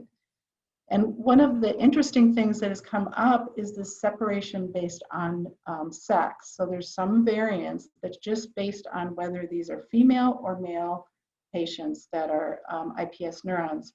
And we really wouldn't have known this without these very large numbers of samples. There has been literature that suggested that there are differences in gene expression and splicing in the adult human brain. And this actually, when we go back to some of the published data showing that we see that there actually are still differences according to some variants according to sex between, so this shows differences in different regions. So this is frontal cortex, which shows the largest variance, and then between males and females. And finally, starting to integrate the data sets. Steve's lab with Julia and Julia are using machine learning methods to use whole genome sequencing and identify variants that might contribute to ALS and how they might contribute to ALS. So using various SNPs that have been identified and building those into neural networks. Incorporating things like variants that are identified or known genes that are expressed in the brain. Eventually we'll be incorporating eQTLs with the RNA-seq data and taking pathways that are known from the ALS literature. So in this particular instance, they used variants in genes only in RNA processing, gene silence, and proteasomal pathway as the input. And they find that they get a very high, moderate to high accuracy of classification of controls to ALS patients with a very advanced to rapid time to death. And one of the things that came out of this that was very interesting and extremely satisfying is that many of the top predictors were in nuclear pore and RNA binding, silencing, and binding proteins. And we know from many different studies, a lot of these from Jeff Rothstein's lab, that there are differences in nuclear pore proteins in nucleocytosolic transport. And so this had confirmed the importance of these kinds of pathways, which also came up in the integrative data analysis. So these systems approaches are starting to show validation of previously known networks and providing additional discovery-based targets and expanded networks. And so we're using this approach in an integrative manner to determine causal contribution to sporadic disease to really start to understand what causes sporadic disease in ALS. So, and we're beginning to see stratification using these multidimensional approaches, and we'll be building on this to identify ALS subtypes. 1 minute remaining. Okay, and that's that. So this is part of the team. Within each of these groups, there are a lot of different people work very hard to generate these data, to analyze these data. And again, there's posters from on the machine learning with the whole genome sequencing, on the robotic microscopy. Jenny Wu and Ryan Lim have one on the transcriptomics for both ALS and SMA. And Andrea Matlock on the proteomics. So thank you very much. It's been really exciting being part of this LINCS network. Okay, thank you, Leslie. Excellent talk, and yeah, really exciting to hear about all the work that has come out of this, that has come out of NeuroLinks, all the future work that the same group is going to be able to continue to pursue. So the next talk that we have is going to be from Caitlin Mills at HMS. She's already got it up. That's really great, Caitlin. Thank you. And Caitlin today is going to be discussing integrating and mining multi-omic data on cell state Thanks very and much, Eric. phenotype. Hopefully everybody can hear me nice and clearly. Thanks very much for inviting me to speak. I've been working on the LINCS project in the Sorger Lab and Lab of Systems Pharmacology really for a number of years, and so I'm quite excited to be sharing some of our work with you today. So just to orient what I'll be talking about in terms of the larger LINCS consortium, borrowing a slide from Ajay yesterday, I'll spend the next 15 to 20 minutes providing an overview of some of our work, as I said, just looking at multi-omic data sets and combining those with measured phenotypes. And so I'll approach this in a couple of different ways. First, we'll take a broad look at some baseline omics and try to use those to predict some perturbation measurements. And secondly, I'll present a much more focused case looking at on-perturbation omics in the context of CDK4/6 inhibitors. And so I'm broadcasting live right now from the HMS LINCS Center in Boston. I'll be talking about small molecule perturbations, primarily in cell lines. There are a few primary cell cultures included, but they don't stand out, so I won't highlight them. I'll be talking about transcript, protein, and imaging-based data sets and signatures, all of which are available on the HMS LINCS database that looks like this. And so you can query data sets just by entering search terms relevant to today's presentation. Breast cancer profiling will pull up a number of the data sets that I'll be talking about. You can navigate to additional information about small molecules and cell lines just using the options on the left-hand side of the screen. And so shown here is an overview of our broad breast cancer profiling effort. So we took a number of different cell lines covering the clinical subtypes of breast cancer. We tried to distribute these roughly evenly between triple-negative breast cancer, hormone receptor positive, and HER2 amplified models, including some non-malignant cell lines as well. For context, we looked at their baseline expression in terms of RNA, protein, and phosphoprotein, found that they clustered by molecular subtype regardless of data type that we looked at. We then used the phosphoprotein data to infer baseline kinase activity for each of the cell lines. For the same cell lines, we measured their dose responses to a panel of primarily kinase inhibitors, again, spread quite broadly across the kinome. And so the overall goal then was to take all of these data and integrate them. And so what we aimed to do was take the baseline expression profiles and build predictors of the dose responses that we measured. And so just to look at this in a little bit more granularity, we took kinase inhibitors, 70 approximately, that covered most of the kinome and queried those against 70 breast cancer cell lines of diverse types. And so how did we measure these dose responses? We used dye drop assays. There was a workshop on these yesterday, but just to give you a very quick overview, these are microscopy-based assays that we use routinely to evaluate drug-induced phenotypic changes in cultured cells. And so this comes in two flavors. One is simple and simply looks at live and dead cells. The other includes a richer phenotypic readout that incorporates cell cycle markers on top of the live and dead readouts. Although today I'm going to essentially limit my discussion to GR-based phenotypes, which are computed from live cell counts. And so what do the data look like? This is just a subset of it, really to give you a sense of how heterogeneous it is, essentially along any axis that you choose to look at it. So we have heterogeneity in terms of drug. Each little postage-sized plot is an individual drug with the 70 cell lines, the responses of the 70 cell lines plotted. And so what you can appreciate is that there is heterogeneity by drug, by cell line, in terms of potency and efficacy in GR space.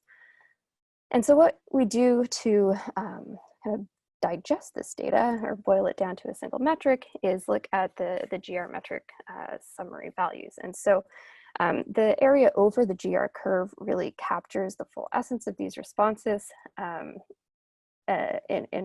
which is displayed here. And so a GR area over the curve value of 0 is indicative of no response. A GR area over the curve value of 1 is indicative of either a really potent drug or a really sensitive cell line. It's a strong response. And so now I'm showing these same data summarized in that way. So on the left-hand side of the screen, each row represents a drug, and the dots extending from the drug name show the GR area over the curve values ranging from resistant cell lines out to more sensitive cell lines on the right-hand side. And so what we did was then build random forest models to see if we could predict the range of sensitivities that we see across the breast cancer cell lines that we queried. We used leave pair out cross-validation to evaluate the performance of our models, essentially asking the question of how frequently we could correctly rank the sensitivity of a pair of cell lines that were excluded from the training set and building the model. If you have more questions about kind of the intricacies or the details of these models, I'd recommend that you visit Maulik's poster later today. It's poster P2 at 4:30 or 4:40, I guess. Okay, so then moving on to how these models actually performed in this data set. It varied by a couple of different ways. So either by the input data type, so which flavor of baseline data was used to build the model, but it also varied by drug class. And I think that's actually quite an interesting finding. We don't have a great explanation for this, but just to highlight a couple of things on what's on your screens currently, kinase activity or baseline kinase activity was quite predictive, or was the best performing data set for predicting sensitivity or resistance to inhibition of CDKs.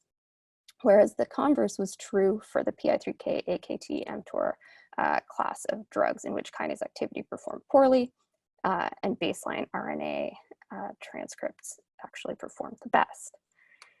And so to just draw your attention to one example to kind of take a deeper dive at what's going on under the hood, I'll highlight palbociclib, the CDK4/6 inhibitor. And so looking at the features that emerged as being important from the models that we built, either with RNA, baseline RNA data on the top, or baseline kinase activity data on the bottom, we got reasonable responses in both cases. And so the top feature in terms of importance in the RNA model was P16, whereas in the kinase activity model, CDK6 and CDK4, the nominal targets of this drug emerged as being the most important features. And so this is just kind of a nice sanity check. Anytime we do this kind of exercise, it's always nice to have some built-in controls. And so now if we extend our view a little bit and look at 3 different inhibitors, these are all nominal CDK4/6 inhibitors.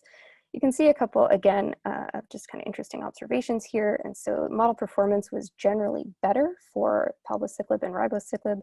We know those to be more selective inhibitors than abemaciclib, and the second part of my talk will address how we kind of came to those conclusions. And so, is this a result of the differences in selectivity profiles? It's entirely possible. And then when we look at the constituents of the feature important lists for the kinase activity models for each of these drugs, we again see that CDK6 is consistently one of the top important features, but then we get some unexpected kinases further down the list, especially for abemaciclib. And so I think this really begs the question of what can we actually learn from these lists? What do they tell us? And so I gave you, a couple of really straightforward examples in which we pull out nominal targets for drugs that we know a lot about. And so in addition to pulling out nominal targets, I think we can identify off targets. Sometimes these are known, they might be novel, but they're easy things to then go and confirm experimentally. We're also likely pulling out, as is the case shown here, aurora kinases pop out. These are important in cell cycle. CDK4/6 drugs arrest cells in the G1 phase of the cell cycle. And so what we're doing here is essentially pulling out the features that are kind of secondary to the phenotypes that are induced as a result of inhibition of the primary targets. And then I think we're also pulling out, some potentially interesting candidates for combination treatments, or some candidates to look at in the context of biomarker studies, either in xenograft models or in patient populations. And so what I haven't told you yet is that we're actually not using all of our data to build these models. We're using a curated gene set. And so what we did is we looked at the drugs that we included in our drug response panel and built a gene set around those. So we took cell cycle genes, DNA damage response genes, apoptosis genes, genes involved in alpelisib resistance, since we had a lot of PI3K inhibitors in our panel, as well as a subset of genes that we have really good annotation from phosphosite plus data all the way to transcript level.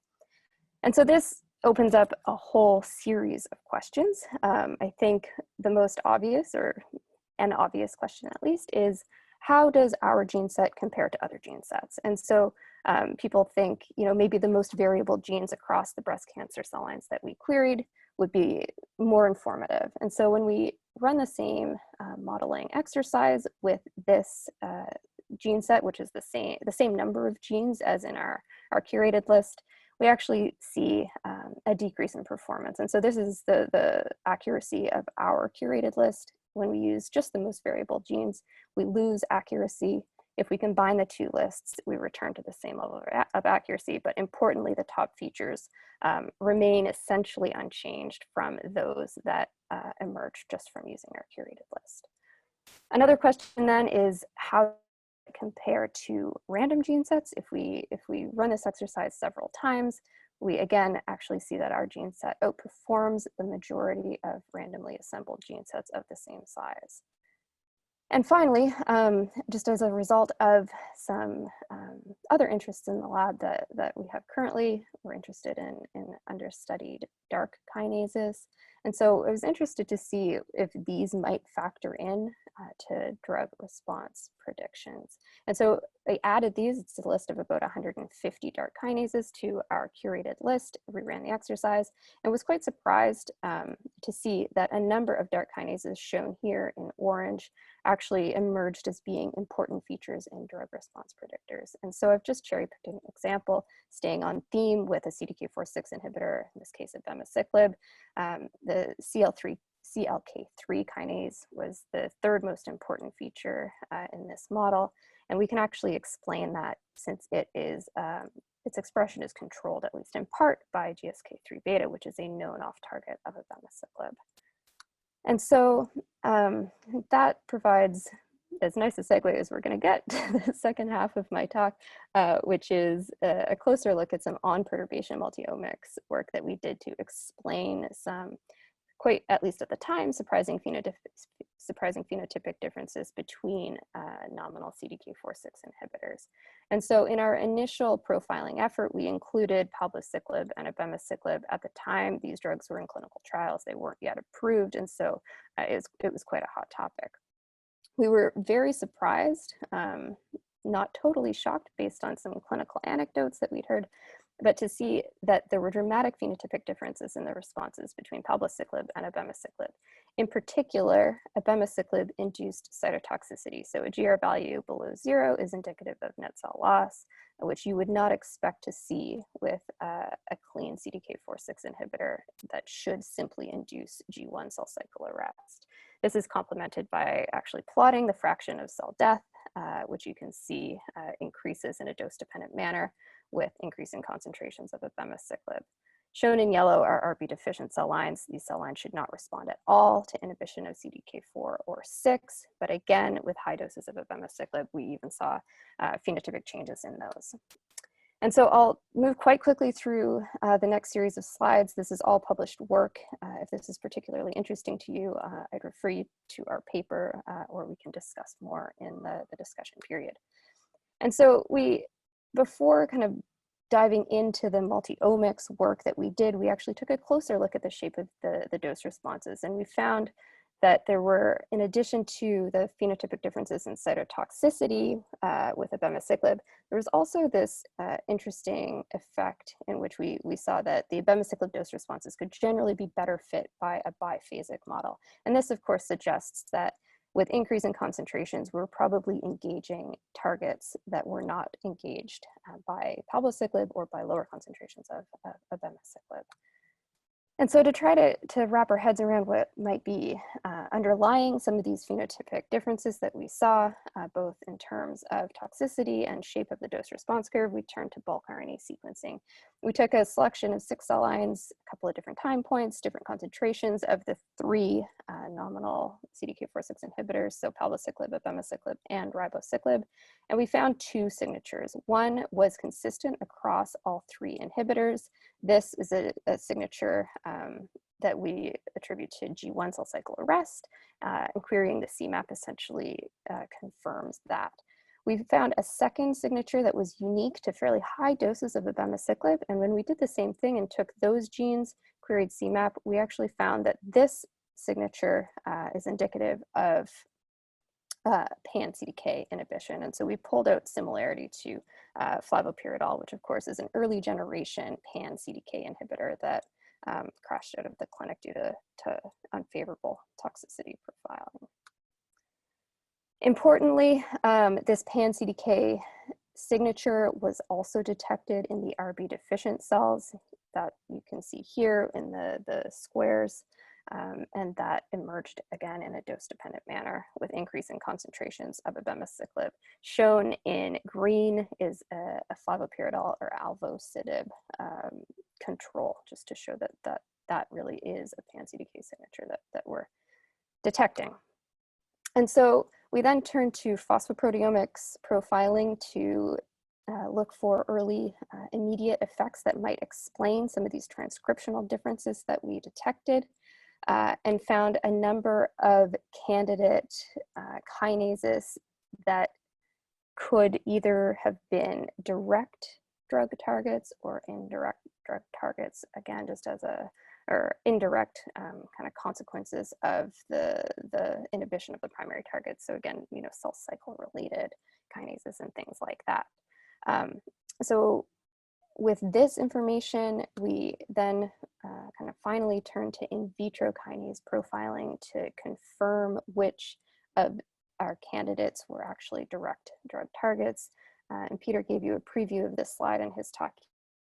But again, just to highlight the fact that palbociclib and ribociclib are really potent and selective CDK4/6 inhibitors. The further you are from the center of this radar plot, the more potent you are at inhibiting those kinases. And so shown in blue then is abemaciclib, and you can appreciate that it has a much more kind of circular shape here. And so it has a lot of activity against CDK2, as well as some residual activity against CDKs 7 and 9, but is the most potent on-target inhibitor. And again, just shown in green for context is the alvocitab profile.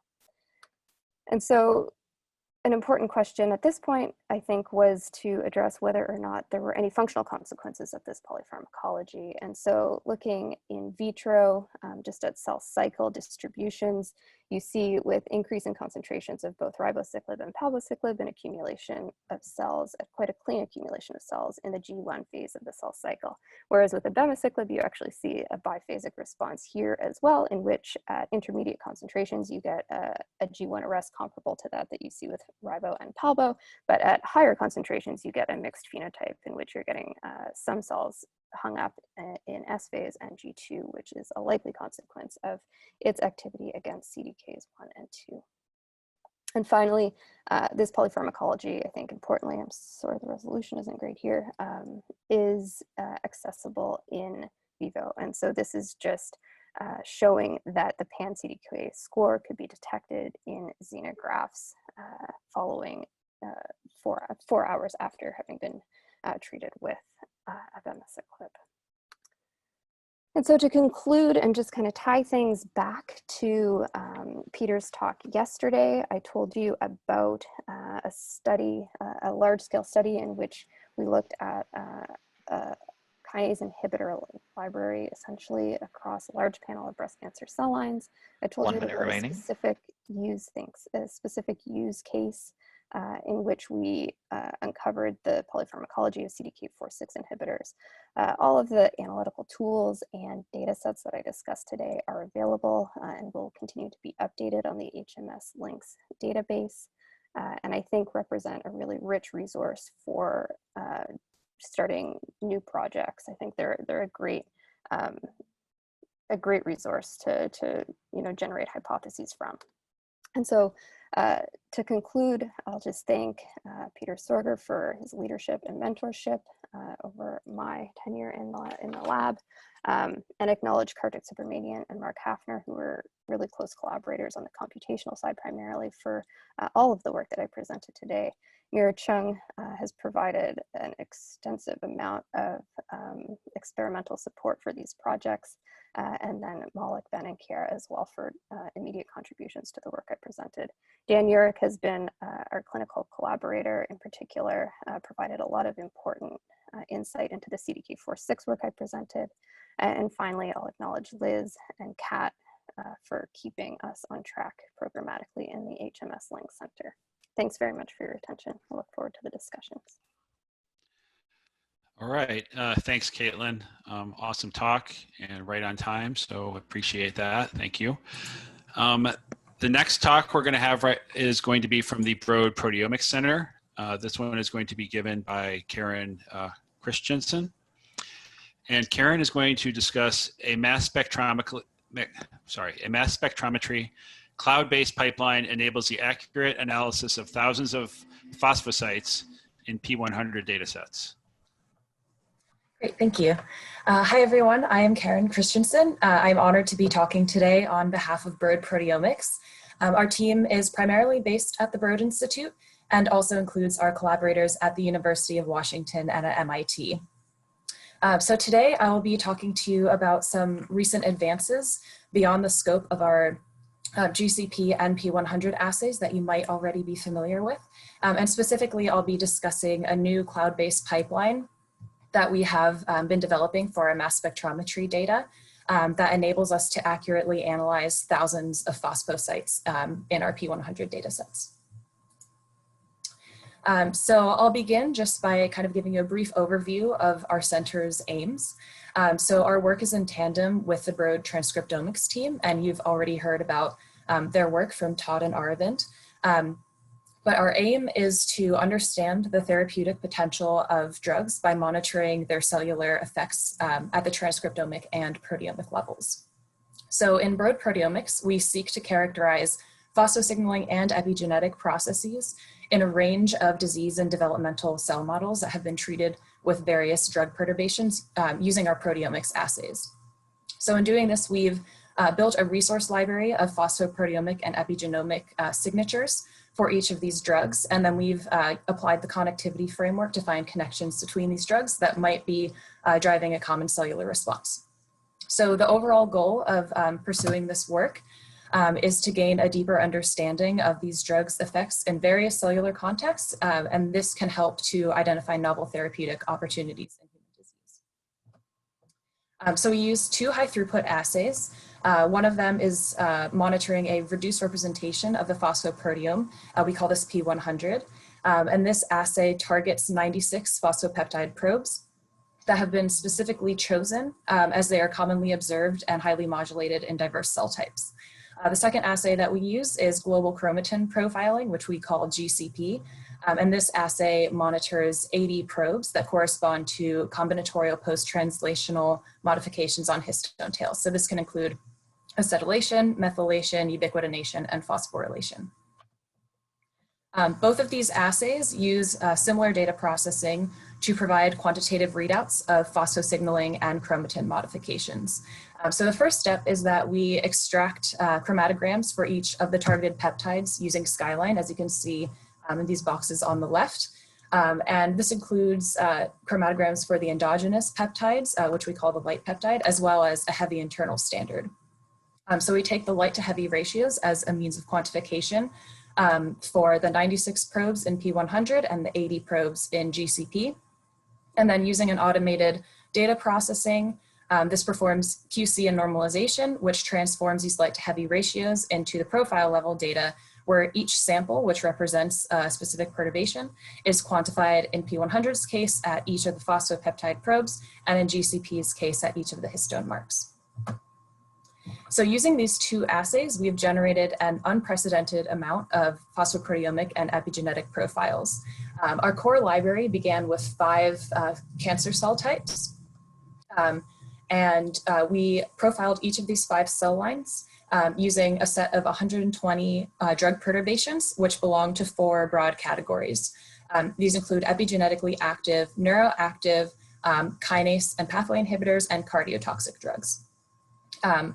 Each of these drugs was profiled in triplicate, and all were performed in both assays, GCP and P100. We also recently extended this to a neural cell line library. So this includes NPCs, astrocytes, and parasites, which you can see in this gray box. And similarly, we profiled each of these 3 cell lines with each of these 120 drug perturbations in GCP and P100. We've also applied our assays to several smaller scale projects aimed at answering a biological question, where we've selected specific cell types along with specific drug or genetic perturbations that are aimed at answering a particular biological question. So we've accumulated more than 7,000 profiles to date, which are all available on Panorama Web. So I mentioned before that our assays target specific probes, but for P100, we actually have the opportunity to go beyond these selected targets because our data is acquired in data-independent acquisition, which I'll refer to as DIA from now on. So in our targeted P100 analysis, we've selected a few phosphopeptide probes. So we know kind of going into our analysis what we're looking for, so we can get a view of just a few of the phosphopeptides in our total signaling landscape. This serves as a reduced representation. However, with DIA, we actually have the potential to fill in the gaps as there are thousands of peptides present in our raw data that are waiting to be analyzed. And this increased coverage can give us a more complete picture of phosphosignaling. However, there's many challenges involved in DIA analysis, which is why up to this point we followed a targeted analysis where we are able to pick out a single peptide. So we have isolated signals with a low signal to noise ratio, and manual peak validation is possible given that there are only 96 targets. For DIA spectra, on the other hand, these spectra are made up of co-isolating peptides. So these spectra are the sum of all of the intensities of these co-isolating peptides. So are there barriers to data analysis, given that there are interfering signals and high signal to noise? And additionally, for thousands of peptides, manual peak validation is not possible.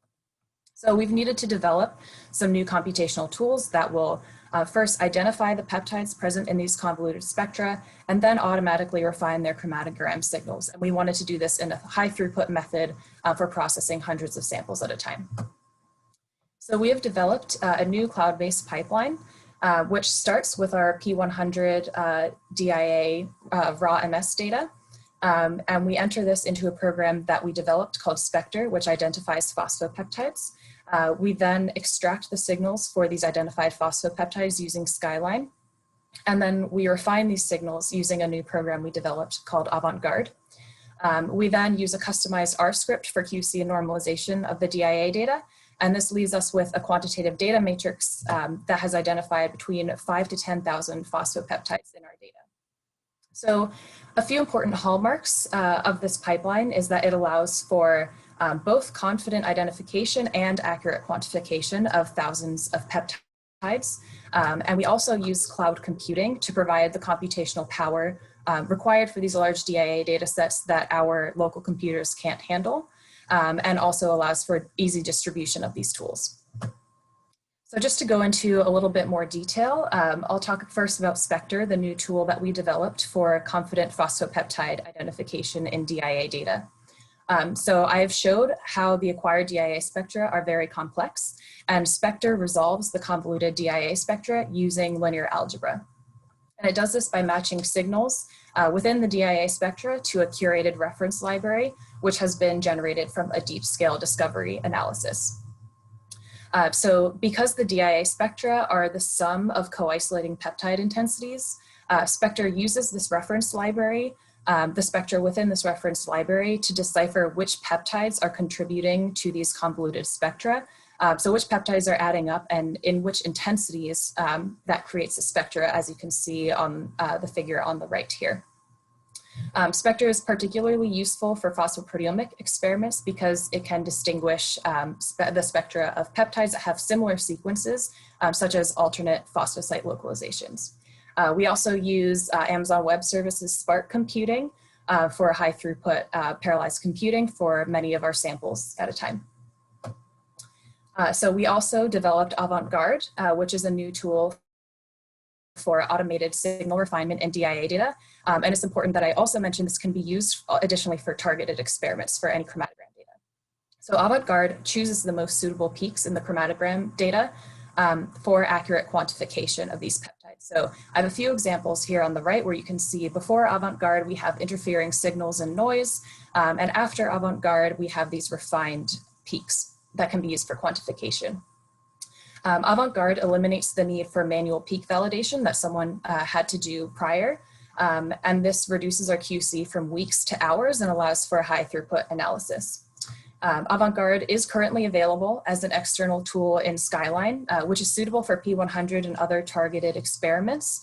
But this is not efficient to run Skyline within, Avant-Garde within Skyline for large DIA data sets. So we have developed a cloud-based Avant-Garde workflow that is applicable for large DIA data sets. And we have developed this using Terra, which is a Google Cloud-based platform for large-scale data analysis and sharing that was originally developed at the Broad Institute. So here's the Avant-Garde workflow in green here. I'm just showing it in the context of the rest of the pipeline. So the input is a report from Skyline that has all of the chromatogram signals in your data set. You input it into Avant-Garde, and the result are some final reports that you can then import into Skyline again to obtain your refined chromatogram signals. So the user will not have to worry about anything that goes on within this green box because it is fully automated and also Dockerized with R and Python applications. But just to kind of look under the hood for a minute, it's just important to note that the workflow is parallelized and Terra allows for easy scalability, which will provide efficient computing for whatever your needs are. So this workflow is reproducible and will be distributed to the research community in the form of our Terra workspace, which we will make publicly available. And all a user needs to do is simply upload a CSV file that contains your chromatogram data and click Run Analysis, and then your results will be there for you. So now that I've described the pipeline, I want to show some examples of it in action. So this figure just shows kind of the number of phosphopeptides that we have been able to obtain by applying this DIA pipeline. So I'm showing here the results of 9 P100 experiments. So we have 3 cell lines, A375 in red, which is a skin cancer line.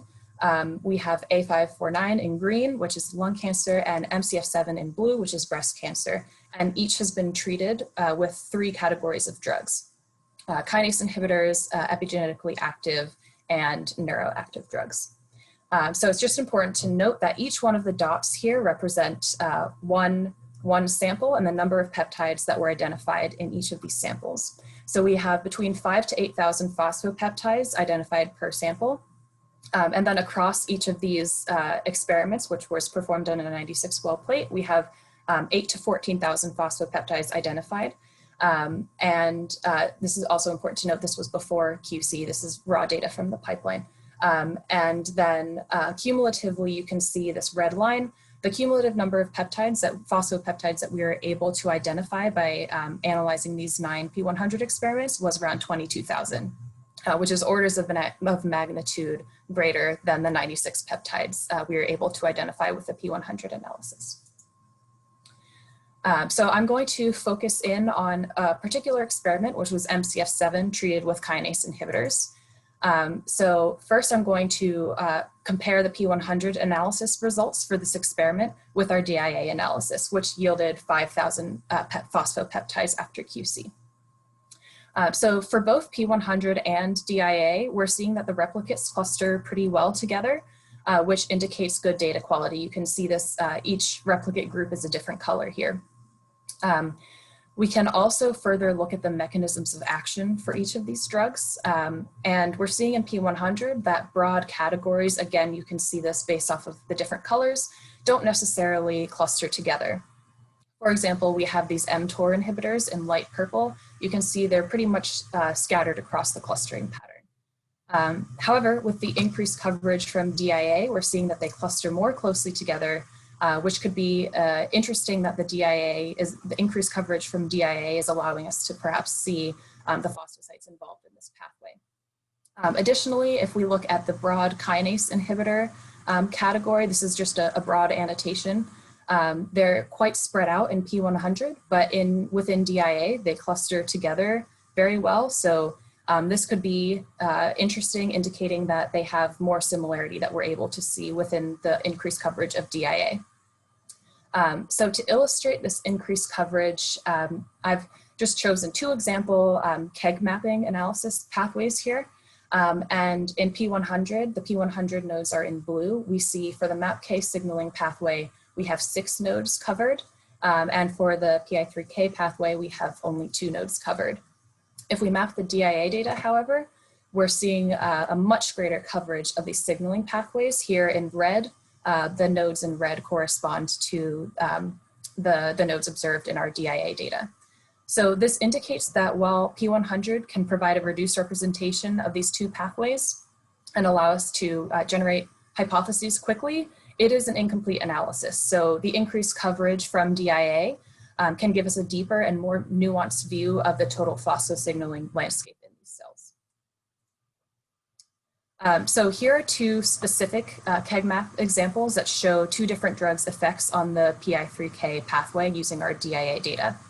So first on the left, we're looking at changes in staurosporine versus relative to DMSO. And staurosporine is a known pan-kinase inhibitor. We're seeing significant downregulation of many of the nodes involved in this pathway, which confirms this mechanism of action. If we look on the right here at sirolimus, the changes in sirolimus relative to DMSO or control, we're seeing coverage of the same nodes. So the gray boxes here represent that these are observed in our DIA data, but there is no significant change between sirolimus and DMSO. However, if we zoom in here at the top at the mTOR signaling pathway, we are seeing significant downregulation within this mTOR signaling pathway, which is consistent with the mechanism of action of sirolimus. So these KEGG maps are very useful to see the coverage and the expected effects of these drugs on specific pathways of interest, but this is inefficient to look at all of the pathways that are in our samples and with all of these drugs. So we wanted to take a more global view. So to do this, we applied post-translational modification signature enrichment analysis, which is a mouthful, so I'll refer to it as PTMSCA from now on. This was a tool developed by someone in our lab in proteomics at the Broad Institute. And this tool maps phosphosite information to kinases and signaling pathways, and you can think of it like, it works like GSCA, except for phosphosites. So we input all of our data for MCF7 treated with the kinase inhibitors into PTMSCA. And these are the results where each column represents a different drug perturbation. All the triplicates have been condensed here. And each row represents a different kinase pathway. So if we zoom in on a couple examples, we're seeing for these JNK and GSK inhibitors, they are indeed negatively enriched for JNK and GSK kinase pathways. And additionally, for the 2 mTOR inhibitors, they are also negatively enriched for the mTOR kinase pathway. So besides just confirming what we already know about mechanisms of action, this kind of global analysis can also reveal off-target effects. For example, we can see actually that certain kinases like CDK are positively enriched in these inhibitors, which could be interesting and provide a deeper view into potential side effects or compensations that would be useful in therapeutic development. So to finish off, I'm just going to bring back the example that Maeve had talked about yesterday when we applied our assays to this experiment of ApoE, which is an Alzheimer's disease risk variant. So specifically, we're looking at ApoE4, which is the risk allele, and ApoE3, which is the normal control allele. So we wanted to do an unbiased characterization of the phosphosignaling in these ApoE genetic variants within these neural cell models. So the way that we did this was we have two human-derived iPSC lines. One came from a normal healthy patient, ApoE3, and the other one came from an ApoE4 Alzheimer's disease patient. Both were genetically modified using CRISPR to obtain isogenic pairs and differentiated into astrocytes. And then we applied the P100 experimental workflow and then the P100 data analysis and also the DIA data analysis, which provided complementary insights. So for P100, we had 76 phosphopeptides that were validated by our QC, and we applied a batch effect correction in order to remove any variation that would come from the cell lines themselves. So as you can see in the similarity matrix, we are seeing that the ApoE3 genetic variant samples do have similarity with each other regardless of the cell line of origin. And similarly for ApoE4, we are seeing similarity among the ApoE4 samples. So in order to identify our risk signature, we are interested in significantly different marks between the risk and healthy alleles. So we performed a t-test and obtained the 20 most differential phosphosites, phosphopeptides. And then we normalized to ApoE3 in order to get a baseline of the change that ApoE4, the risk ApoE4 promotes relative to normal. And this was queried using the links library.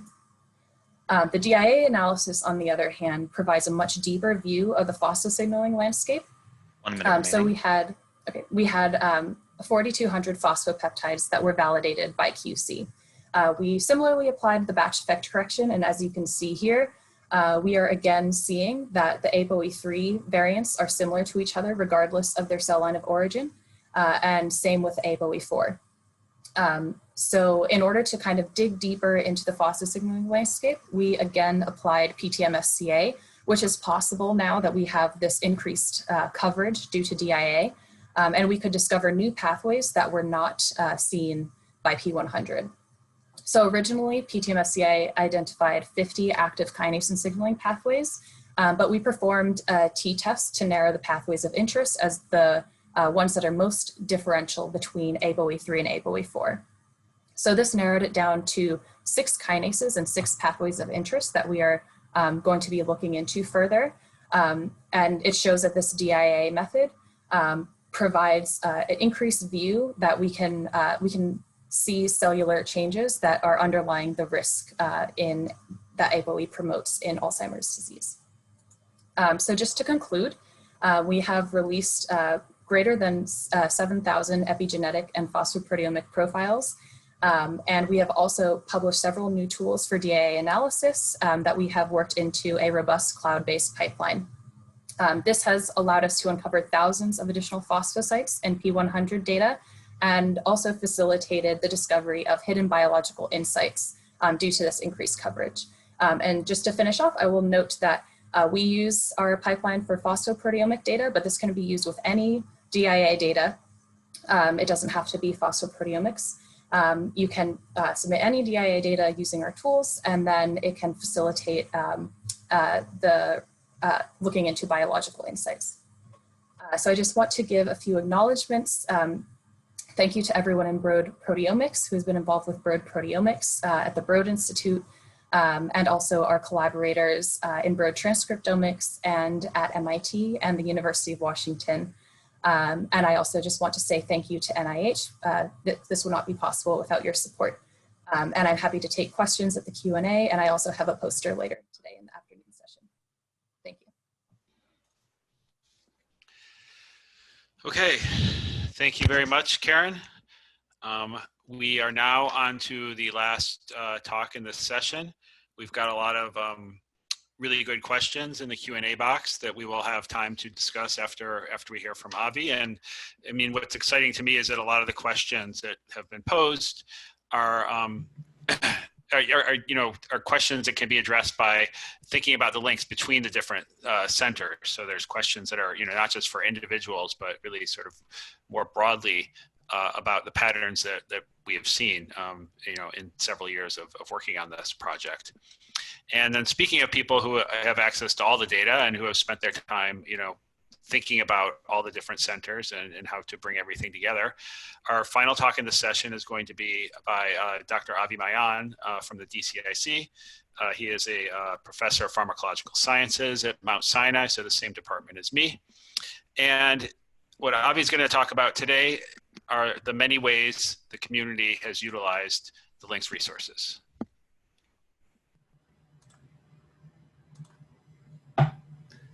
Okay, thank you, Eric. Hi, everyone. It's really great to be here at this monumental moment. Also, thank you for sticking around and tuning in. So when we became the LINCS DCIC, I'm trying to advance my slides. In 2014, we realized quickly that the DSGCs are very computationally capable, and they would like to host their own data and develop their own workflows and tools. As you've seen the last two presentations, they've done like awesome job with that. So a lot of our focus was towards developing tools that combine signatures from the public domain with signatures produced by LINCS. And yesterday, Mario showed you some screenshots from the LINCS App Store. So as a consortium, we had collectively developed and published at least 56 tools and databases. And this is really incredible. This is like a huge achievement. I don't think it has been done with other types of projects like that. So the tools that we developed at the DCIC had a big impact. Since the establishment of the DCIC, we can account for over 1.2 million unique users if you just add up the users across all those tools. Currently, we see over 3,000 unique users a day, citations for publications that's supported partially by the DCIC grant, also are soaring with about 5,000 citations in 2020 already. Most importantly, we became expert at analyzing omics data, understanding how human cells respond to perturbations, as well as how to rank and discover drugs and small molecules for many indications using both supervised and unsupervised machine learning methods. So there are many ways the community is utilizing the LINCS DCIC resource and in general the LINCS resources. So whatever I can present in 17 minutes will not do to that topic justice. So I plan to show you two recent examples of how we use the combinations of these tools for drug discovery and where we are going next with this type of tool development and applications of tools. So in March, as you all know, hydroxychloroquine was a drug that will potentially save us from COVID. And then it was, although it was shown to block the virus in a cell-based assay, there was no evidence that it works in vivo, and we know now that it doesn't work for patients.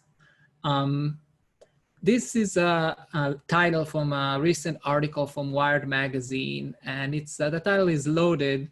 It discusses the tension between power and knowledge and how therapeutics are prioritize for moving forward to actual application, which is not always based on merit.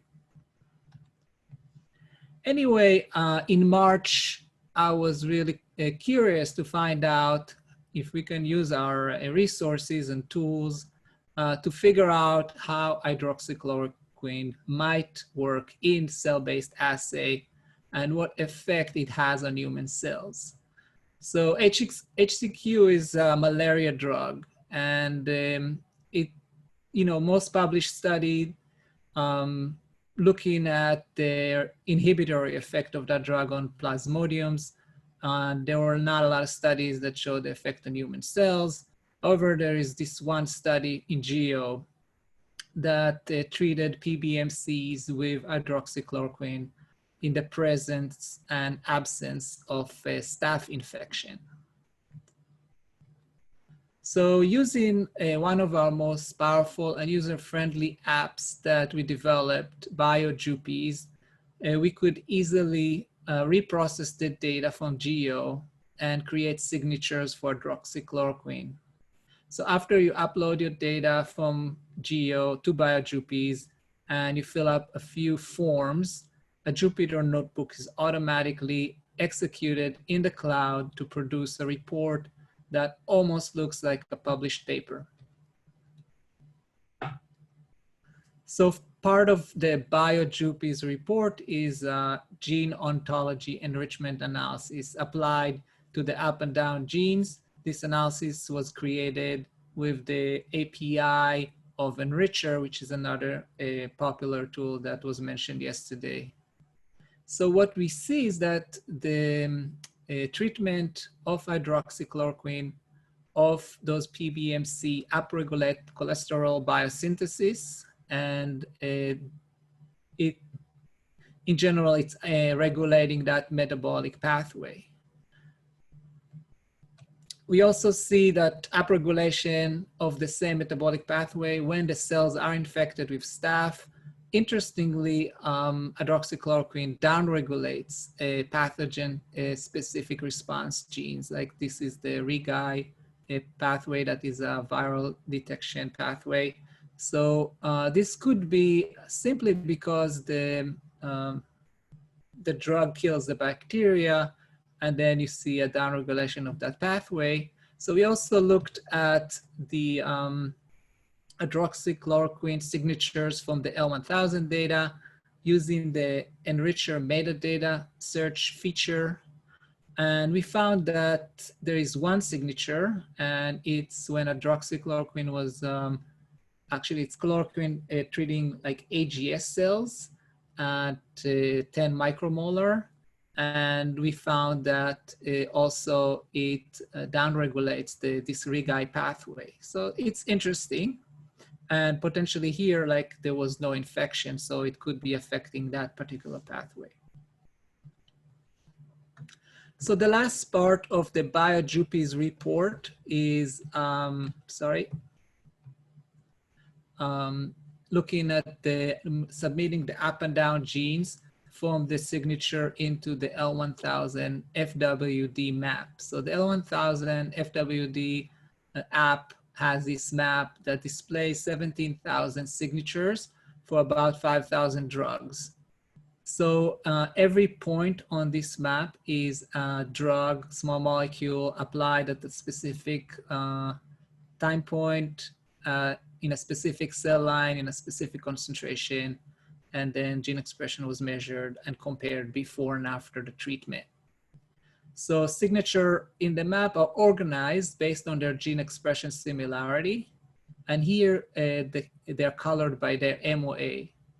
So you can see the drug cluster based on their known MOA. And there are a lot of gray points on the map.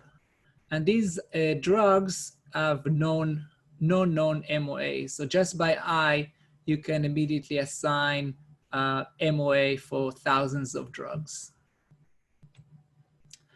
So when you project the hydroxychloroquine signature onto the L1000 map, you see a cluster of mimicking drugs. Those are the red spots, and the pink circles are the top 5 mimickers.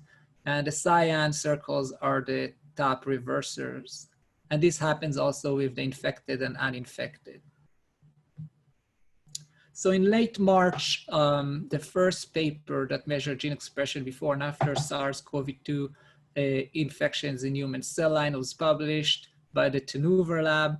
And what we see is that this area in blue at the bottom of the map, those are downregulated genes by the virus. So the virus potentially downregulates the same pathway that is upregulated by hydroxychloroquine. So I'm not trying to advocate for hydroxychloroquine, but we could use that as a guide, and we picked 7 additional drugs that target that region. And some of those drugs are FDA approved drugs that are widely available. And so Ben, I contacted Ben Tenuver, he's at Mt.Sinai, and I asked him to see if he can test those drugs. We shipped those drugs to him, and he gratefully and reluctantly said that he's gonna try them in Vero cells. Before I go to the results of that experiment, or those experiments that Ben did, I want to mention that you also have cell-specific maps in L1000 FWD. And here is a map for the A549 cells. It's a Disney plot. And there is this region of drugs, a cluster of drugs that do not have like very known common mechanisms of action, but those drugs that we predicted are all hitting that cluster. So long story short, all of those drugs blocked completely the infections in Vero cells, in A549, ACE2 cells, in pancreatic and lung organoids. So Ben also did RNA-seq analysis of those drugs. And we also saw that those drugs have the same effects that upregulate this cholesterol biosynthesis pathway. This pathway is not just producing cholesterol, it's producing about like 3,000 metabolites. So there must be something there that is very relevant to the infection. And in general, I want to just acknowledge the Tenuver lab in the last 8 months have been doing like heroic stuff. They're publishing a lot of papers, and they are really trying to figure out, how the virus infects cells and how we can potentially block the infection. So our group kept up with the COVID-19 literature, and we've been scouring the literature for signatures and collecting those signatures. And we created this database called COVID-19 Drug and Gene Set Library. And it was also published in September in the journal Patterns. And a few days ago, we added like 3 cards at the top. And those cards are collections of drug screens, signatures from COVID-19 infections followed by gene expression, and genome-wide CRISPR screens. So at the bottom of each card, there is an icon of a notebook, and this notebook leads you to analysis that was done with an apiter, and I will talk about apiters shortly. So by converting the hits from 12 COVID-19 drug screens to L1000 signatures, and then submitting the up and down genes, here it's the up genes, to go biological processes, enrichment analysis, we see enrichment for drugs that hit the same area of pharmacological space. So now we have already 12 drug screens, and they're all pointing out as those drugs that are working and inhibit the virus in cell lines are upregulating that pathway. So importantly, this figure was created with the drug monosome consensus terms apiter. So apiters is a new way that we developed to rapidly create bioinformatics app. So far, we created about 40 of those apiters, which is, all of them are served in this catalog, the apiters catalog that you can see here, and you can link it's an open source and open website. So another example of how we use the tools that we developed for drug discovery through a collaboration with an experimental lab that tested some of those hypotheses is a paper that was published in Diabetes last month.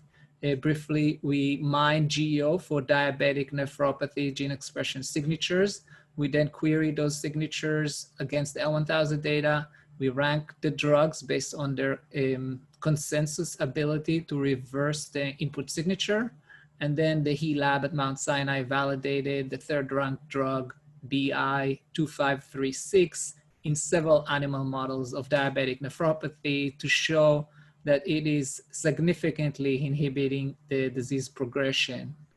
So an appeter that takes as input a collection of gene expression signatures can be used to produce a figure that ranks consensus drug in the same way and also produces those publication-ready figures.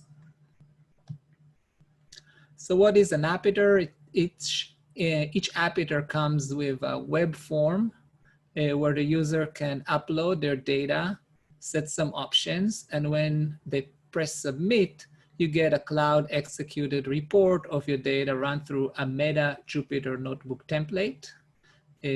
How can you create an appeter? With the appeter SDK, you can convert a regular Jupyter Notebook workflow that you developed into a fully functional web-based application. And in a workshop later today at 4:30, Daniel Clark will demonstrate how to build appeters, and Minji Jian will show how to use them. So appeter is it's not just another like app that we're gonna add to this collection. It's actually a new way to develop apps. So that is potentially more sustainable and faster, and it can replace a lot of those apps that we have developed for links.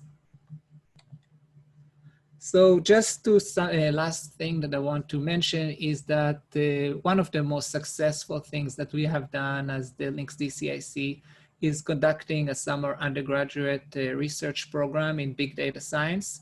We had some outstanding students who really decided to pursue a career in our field after they had this positive experience.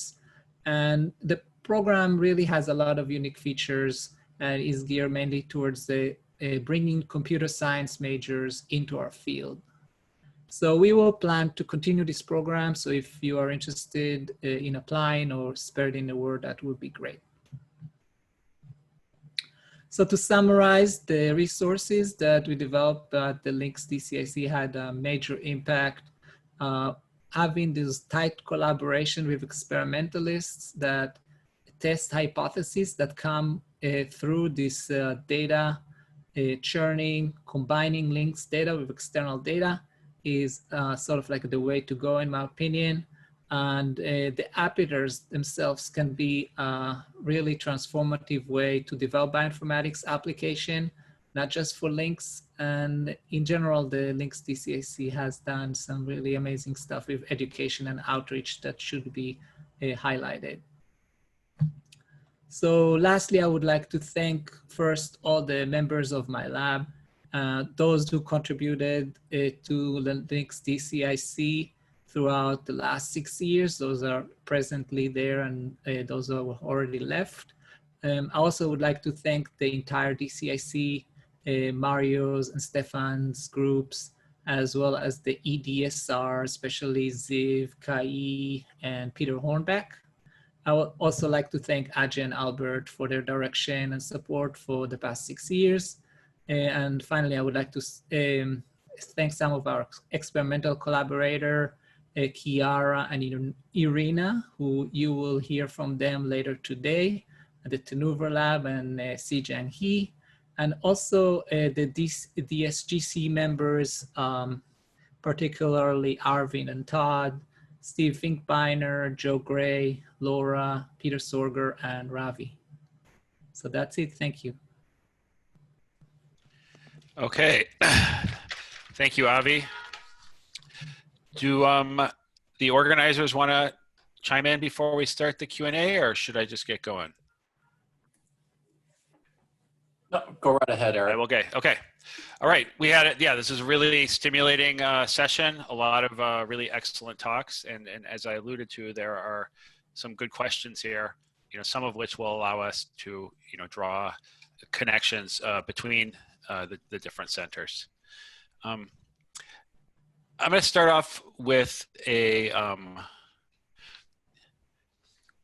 question for Leslie from Peter Sorger.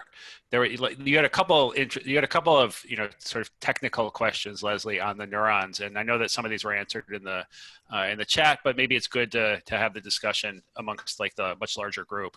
And Peter Sorger asked, he says you showed an immunofluorescence image, and with parallel and remarkably straight fibers seeming to come from the nucleus. What are those fibers? Are they like neurofilaments or something like that?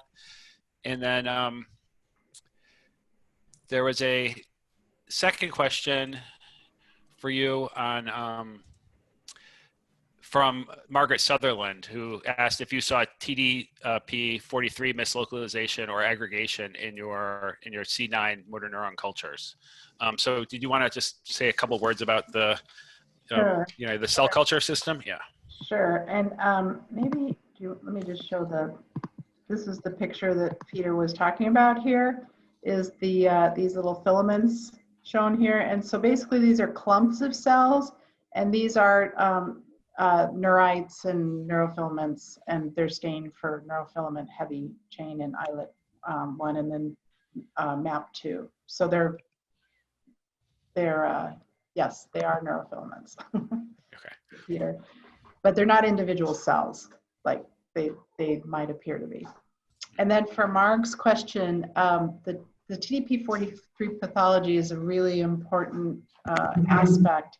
And to date, from my knowledge, we have not, and maybe, I don't know if Steve's still on the phone, but this is one of the big questions, or on the call, one of the big questions in the field is if you can see TDP43 pathology, which is in about half of the ALS cases, or most ALS cases, but in the iPS neurons so far, we have not seen it.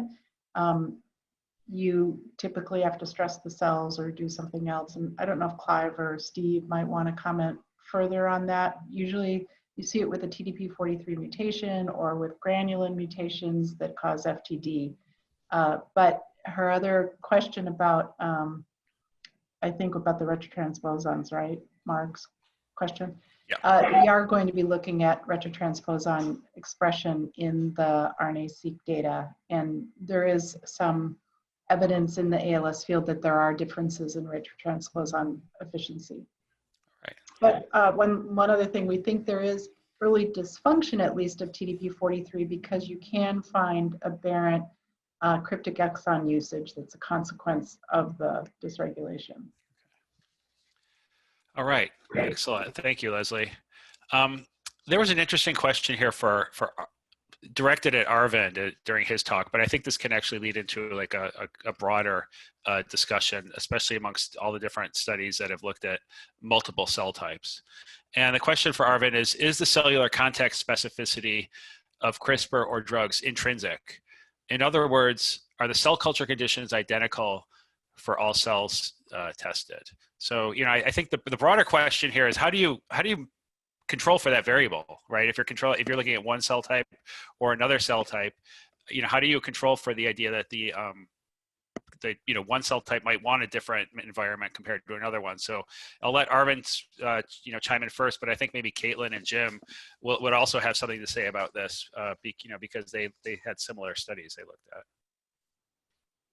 Yeah, so for the L1000 data, we do optimize cell culture conditions for every cell type that we profile. So there is specificity of the cell media and the seeding density and all that. So that is customized per cell line. But at the same time, it is a pretty high throughput assay. So I'm sure there are compromises that we've had to make in the lab for that. But we don't use the same media for all cell types. So there is some detail there. But there, I think you're referring to, there was a study from the Link centers that addressed this question of consistency between cell lines in more depth. Is that what you're referring to, Eric? Well, yeah, I mean, I guess I think just, yeah, I'm trying to, bring this back to like, yeah, lessons we've learned as a consortium, through these types of studies, right? And it was referred to yesterday that, things were not reproducible when we first tried to do the same experiment across multiple centers, and then we learned how to do it. And yeah, I think that with every cell line you look at, there's like a formula for how you're supposed to treat it, but exactly whether that's quote unquote equivalent conditions to looking at a different cell line under a slightly different conditions is, I think it's still an open question. And, you guys have done it so comprehensively, you probably have more insight into that than most people. Yeah. And of course, Caitlin or Jim, I mean, I know that's like a big part of your study, right? Is that like the environment matters? So yeah, what else can you tell us about that? Yeah, absolutely. So, I mean, what we've seen different things. So in some instances, we use different cell lines that have different media, but we see microenvironment effects that are consistent within a subtype. And then there are other times where we see that it's more a cell line specific intrinsic effect. And so I think it's not a great answer, but I think context matters, and it's going to vary from cell line to cell line and what you're looking at. So there are going to be some things that are going to be reproducible regardless of the types of media that you're using. And then there are going to be some things that just are specific to that cell line. I will add, Eric, that, one of the things that Peter mentioned yesterday was that we really tried very hard to make sure everyone was using the same media in that initial drug study. And I think that it wasn't, as Peter mentioned, the thing that mattered the most was the assay that was being used to measure the response, not some of these other variables. Yeah. Caitlin, did you want to chime in? Because I was also curious to follow up a little bit that, you guys had looked at, I think the output was viability, or the GR metric, or, viability over a lot of different cell lines. And of course, Arvind had data on the L1000 assay over probably a lot of the same cell lines. So I don't know how one correlates with the other, or if you guys tried to do that, or, and also just what your experience is with the conditions. Yeah, I'll talk a little bit about the conditions to start. I mean, I agree with Jim that, context in every way matters. And so for us, the primary endpoint that we were measuring in response to perturbation was viability. And so with that in mind, we decided to keep each cell line in its optimal growth media. We wanted the cells to be happy and proliferating when we challenged them with drugs. And I know if you're doing metabolomics or studies like that, where the makeup of the media can have dramatic effects on readout, then it's, I think, more standard practice to get, or to at least kind of try to adapt all cells to grow under identical conditions. But that wasn't the approach that we took. And then in terms of integrating our data with Arvind's, we haven't done it explicitly, but we did leverage a lot of Broad tools to query some of the signatures that we detected. Right. All right. Excellent. Okay. So shifting gears a little bit, there was a interesting question for Avi from one of our board member, our advisory board members, Shankar. And Shankar asks, Avi, very interesting story on hydroxychloroquine. In your analysis, did you find hydroxychloroquine inhibiting TLR pathways, thus inhibiting antigen processing? And he refers to a very nice paper from Schrenzenmeyer and Dorner in Nature Reviews Rheumatology that talks about a potential mechanism by which the HCQ could be working on that pathway. And so Shankar is curious if that's what if that popped up as a hit when you did your analysis. So not really, but the TLR is like an alternative pathway for viral detection. And we saw more like the intrinsic pathway for like the RIG-I pathway genes that are downregulated. But in general, we did a relatively surface type of analysis, enrichment analysis, so I can't really answer that well. but I would look at that paper if you can share that paper with me. I'm not aware of it. So I would be happy to check, and we can potentially reanalyze that data from that paper and then give you a more precise answer. Okay, great. And there was a interesting question here from Tiago Batista. And I think this is a maybe appropriate for Leslie, and then also for Christoph and Nicole, because you know, this question gets at differences that we're seeing between the Neuralinks and the DTox. And Tiago asks, there were clear sex-dependent transcriptome effects in the Neuralinks neuron cohort, but not so much in the DTox iPSCs. And are these differences solely explained by the differentiation state, or could this be seen in other developmental lineages, or, you know, what are your speculations about you know, sex differences in this context? Maybe Ravi's group can address that first. I was curious if if those were IPS versus the differentiated cells that Nicole. So what we have looked at so far is Christoph. So Christoph, there we it's go. only in the IPS stage. So we have looked at that one. And there are others reports from other groups out there that if you look at EQTLs, then things might look differently. And I guess, as you have seen, you look in neurons, and other people have shown in cardiomyocytes too, that there are definitely differences in, there was a recent paper that there was a differentiation propensity, you know, whether it's male versus female. So there seems to be differences for sure. Yeah, they're definitely, we didn't. At that stage, it's less. Sorry, what? Maybe at the IPS stage, it's less, you know. Yeah, and we're going to go back, Clive. We were just chatting about this when that question came up. We're going to go back and look at the IPS stage for what we have at the RNA-seq level. But for sure, it really didn't come up for us till we had these larger numbers of patients, and then there was this clear separation. But in this case, it may be a property both of the IPS reprogramming and exon activation. But there's clearly in the postmortem tissue also a difference between male and, you know, the males and females separate on a PCA as well. So it's not only because of IPS and differentiation methods. So we have to hammer that out, but it's interesting.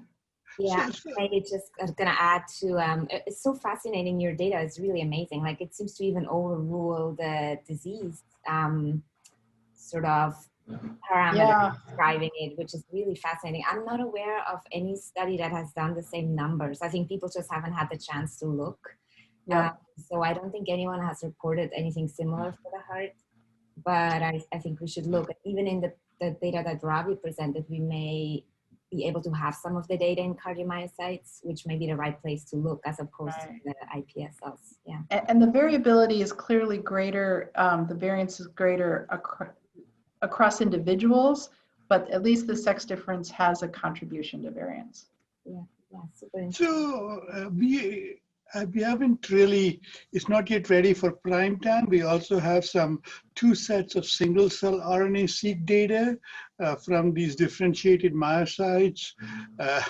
And we've been looking really hard because we had done an experiment with one of these drugs that clearly shows amiodarone, that clearly shows sex differences clinically.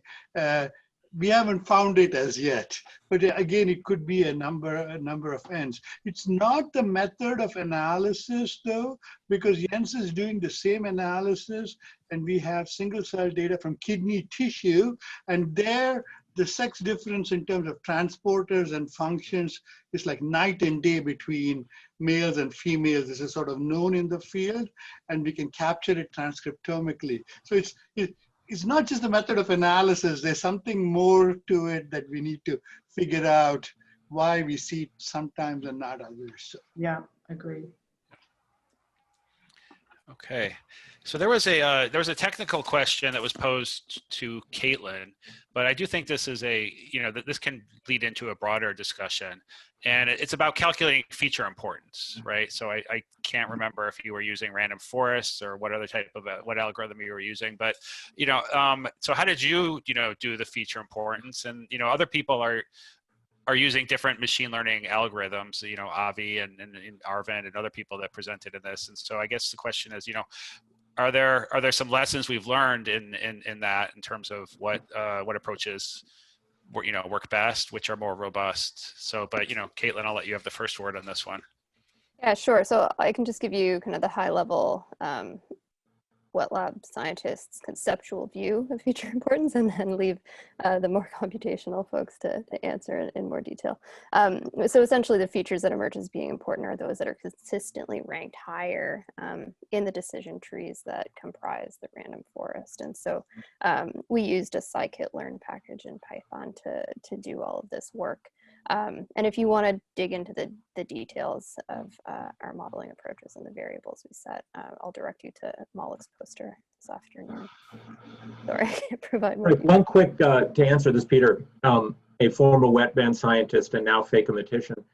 One thing I can say that has come out of this, and this has been observed before, but this work that Caitlin described and that will be in this afternoon's posters looked at quite carefully over a wide range of validation, leave two out, cross validations, et cetera, is that random feature sets are not very predictive. So it's clear that, that features selected from, say, networks or something like that are, but that multiple feature sets of unknown number actually are substitutable at the same level of performance. And so I think that's what most people are seeing. And so it's actually quite helpful in understanding response. I think this is the feature of all machine learned signatures, but it doesn't help per se with novel gene discovery, right? Because you have this substitutable sets of features within a certain statistical variance.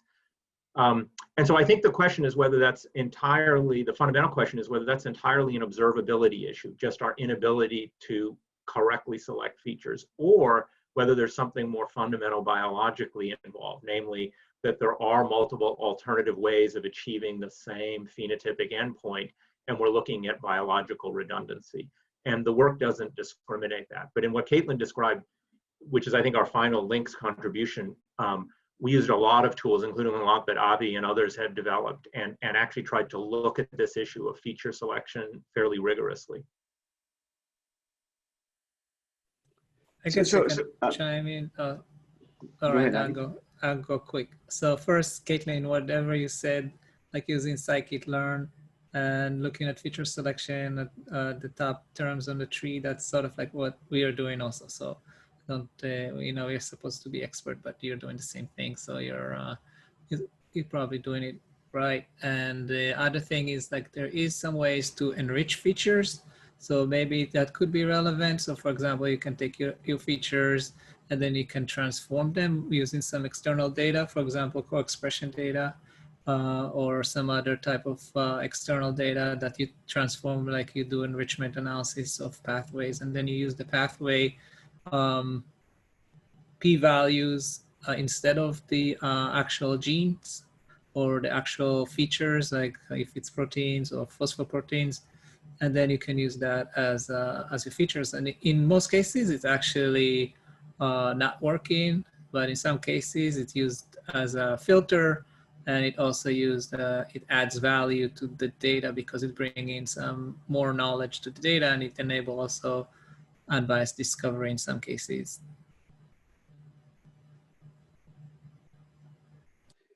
So in this regard, just bring your attention to a crowdsourced challenge we're currently running, actually, on MOA prediction on a large subset of the links data.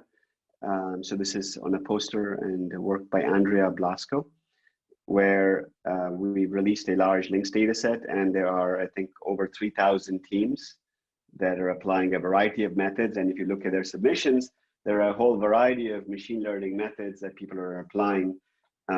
So this is an efficient way, I suppose, of testing a variety of different methods. We don't have a full result yet. Currently, people are doing better, 10 to 15% better than our default. So that's good. The contest hasn't ended, so I don't have complete results yet. But you could imagine this is one way of testing a variety of algorithms and figuring out what family of methods would work best for these kinds of questions.